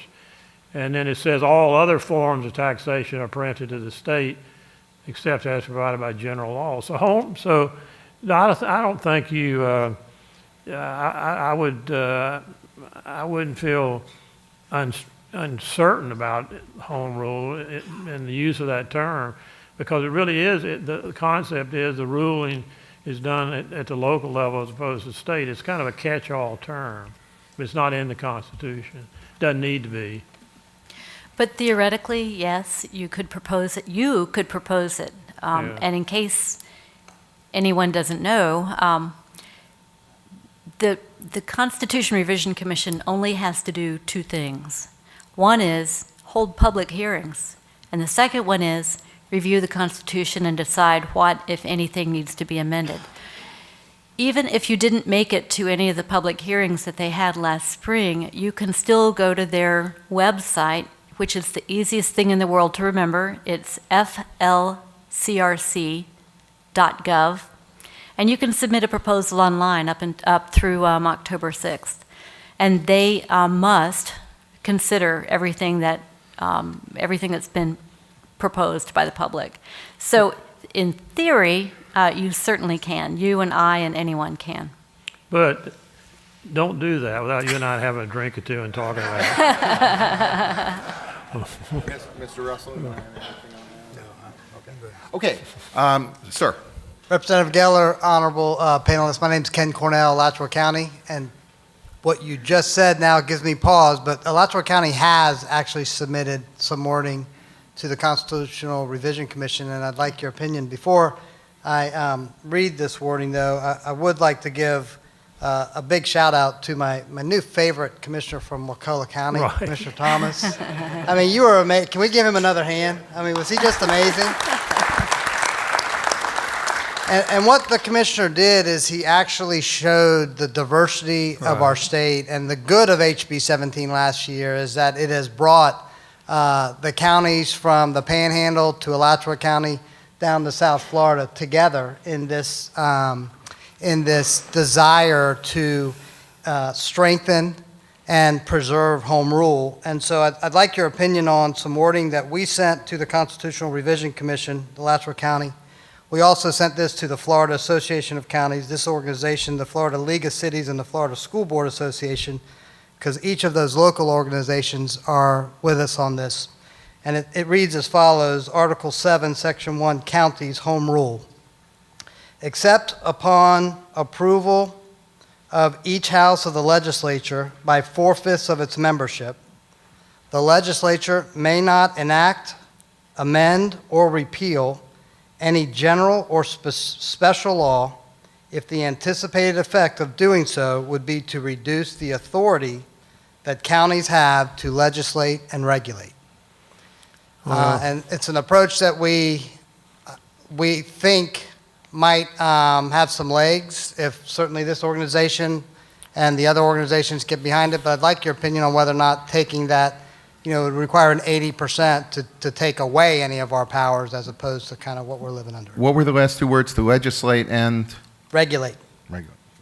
Legislate and But what regulate. you'd really be doing is putting a extraordinary vote on a preemption is what you'd be doing. But I don't know. I like what we have. I mean, I think we have a really effective Constitution. One of the things that troubles me, if you look at 12501, which was really the legislative implementation of home rule, if you go back in 1974 when it was adopted, it was really a nice document, clean, small. Now it's gotten cluttered, and the reason it's gotten cluttered is because of basically lawyers or people who didn't understand home rule, and they would say, county would want to do something, and the lawyer would say, where does it say you can do that? That's not the question you ask. The question you ask is, where does it say you cannot do that? So they would do an amendment to kind of clutter up 12501. It still is okay, but we need to be, I think there's been a big argument over the years about fiscal home rule, which I've always thought was a little silly, but I think that generally we ought to be happy with what we've got and we ought to defend it. I think it works pretty well, that's my view. I wouldn't say what you propose is destructive. I think it would have but I don't know if it's really, if there is an area that the legislature wants to preempt by general law, which they can preempt both charter and non-charter county, that really is their prerogative to do that. I mean, to me, that's the battle. The battle we have is not doing away with home rule. The battle we have is to fight unwarranted preemptions. And that's why the act that Fine had was so encompassing, that was troublesome about it. But I mean, there are certain things that do require some uniformity. around the state. And so there's always going to be the reservation of the legislature by general law to do a uniform solution. Professor, anything to add, or Mr. Russell? Well, as a legal writing teacher, I think it's nice, clear language. It's beautiful language. Yeah. Let me just say, throw in my 2 cents on it too. If you're going to have a provision about an extraordinary vote, that's one thing. Let me just say that 80%, you might as well just prohibit it completely, because that's in all likelihood never going to happen. I'm skeptical in general about extraordinary votes, usually on the other side, where they're requiring the local government to have an extraordinary vote and making it difficult. But 80% of the total membership, very difficult. So if you were going to proceed with it, I'd at least bring that down. Well, there is in the Constitution, which was done by initiative, on mandates, as you all know, that says that legislature, when it does a mandate, a certain percentage they have to do on the bill. And I was kind of opposed to that, but that's actually worked pretty well. But I just think you've got to be real careful about opening the door. You start fiddling with opening the door, you don't know what's going to run in. You may find some counties done something that's really shocking, and if there's nobody who can rein it in, you may have a problem there too. Representative Geller, thank you very much. Again, I'm Commissioner Doug Smith from Martin County, Chairman of the Board of County Commissioners. I'm just curious from this conversation, what's broken? Right. And if Florida has determined its direction, I'm curious why there's a national movement to undo what individual states have prided their historical underpinnings on, and what is the urgency, or what is really behind all this? I mean, I don't know that, I've been doing this for 17 years. I don't know that I've ever had anybody come to my county commission meeting and say, good God, our system's broken, you need to fix it and do something different. And so I'm just kind of really curious, what's the genesis of all this? Why or where is this coming from? And if your system in Virginia works fine for you, God love you, you know? I came from Massachusetts, and we do things differently in Massachusetts, but I don't live there anymore. Yeah. So I Sounds believe, like your wheelhouse, Mr. Russell. yes, I believe the genesis of a lot of what we're seeing with state preemption of local governments is not limited to, a Republican movement or a Democrat movement. I think it's been a combination of both. You can go all the way back to, I would say probably, I mean, it was discussed earlier, I think probably one of the, some people would say is a great thing, where counties and cities started passing smoking bans in public places, and then eventually state legislators ended up responding to that and just, saying, all right, we're banning it across the state. That, I believe, was kind of, for me in modern times, the genesis of this whole movement, because people could see the power that they, had never been used before in local government to that extent. And so you started seeing that snowball, and then you started seeing state governments start to do things, and local governments would react, and they would start passing laws. And then I think it was mentioned earlier, special interest groups would have certain powers in the state houses, and then their party loses control, so they go to the local governments and they start passing things in order they can go out and fundraise for their organizations. And it's just become this cyclical problem. It's not, like I said, it's both sides of the aisle. I mean, you go out to Oregon, they passed a statewide, it was California, passed a statewide ban on local governments passing right to work. And, but, you never heard anyone complaining about local control in that issue, because politically, most of the people in California agree with that. And there's also a bit of hypocrisy too in the issue. You get some people who will say, yes, we need local control when it's an issue they care about. I guarantee you, those of you that are concerned about plastic bag bans in local government, if the state banned them statewide, you guys would not be screaming local control. I guarantee it. Yeah. And so a lot of this has become very political all the way around. Let me add, by the way, Mr. Chair, that one of the reasons it's here today is because in the last 2 sessions of the legislature, there have been some bills that, just as an example, a lot of times local business people band together and seek local regulation. If you're a responsible business in like the bottled water home delivery business or in automobile repair, and you're competing with people that aren't responsible business people that take advantage of consumers, a lot of times you see business groups get together and the responsible players say, hey, there need to be some rules here that protect consumers but also protect legitimate businesses that aren't trying to take advantage of people.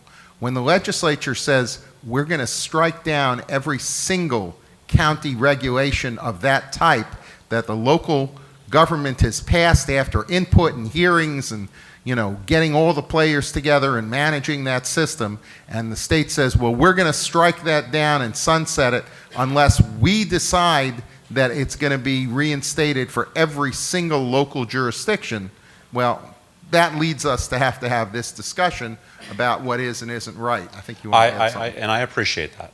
However, I would suggest that of all the things that we in local government deal with, this is not one of those things that our residents are coming to us at county commission meetings and saying, we demand change because it's broken. I would suggest that Martin County, and we have our own reputation. God love us, and I don't agree with a lot of the reputation, but we are a very difficult county. We are very different, but we are good friends with our counties to the north and to our counties to the south. And this collective wisdom of the group of people in this room work through those issues, and that's what I talked about earlier. We understand how to deal with it. I deal with our business community every single day, and I'm in the office every single day. And most of the folks in this room do the same exact thing. If there's a group of people in this state of Florida that probably understand business better than anybody, it's probably the people sitting in this room. But again, I've never once heard, for all the things we get asked to do, and I'm sure we all have our own stories of everything that happens on a daily basis, this isn't one of them. And so again, with all due respect, sir, to Virginia, God love you, and God love Massachusetts. It was a great state to grow up in, but I'm a Floridian, I live here, and I think we're pretty much okay with the way things are. Thank you all. Professor, you want to have a comment on that one, or if not, Mr. Neighbors? I don't. No, I mean, I said the genius of home rule is allows the regulations to be done, or laws to be passed, or things to be done that recognize the diverseness of the state and the differences in the state, and difference between Martin County and even Indian River County next door. There are differences, and that's the genius of home rule. And there's a tendency in Tallahassee, and this is a human tendency, to people think, well, I know better way, I know better, I know I can do it better, or I can do it, and that's the battle we fought. We fought that, for 50 years now, trying to push back attempts to take away and erode home rule power. But it's going to be a constant battle because you'll get a new group of legislators in there who think they know better and know better than their local government. So it's alwathat going to be a battle. But the basic concept in terms of what form of government we want, I agree with Commissioner that I don't know what the debate is that the debate is because some people in Tallahassee are frustrated and have the ear of other people who want an easy solution to a complex problem often. With that said, not seeing any other questions, although we started a few minutes late, we're going to finish right on time. Everybody's got things to get to, so I'd like to thank our panelists, Honorable John Russell, Professor Mary Atkins, Mr. Bob Neighbors, for their participation today. And we'd have been talking to an empty room if it wasn't for all of you sitting around here and listening and paying attention to us. So we thank you for your attention as well. And with that said, this panel is concluded. Thank you very much.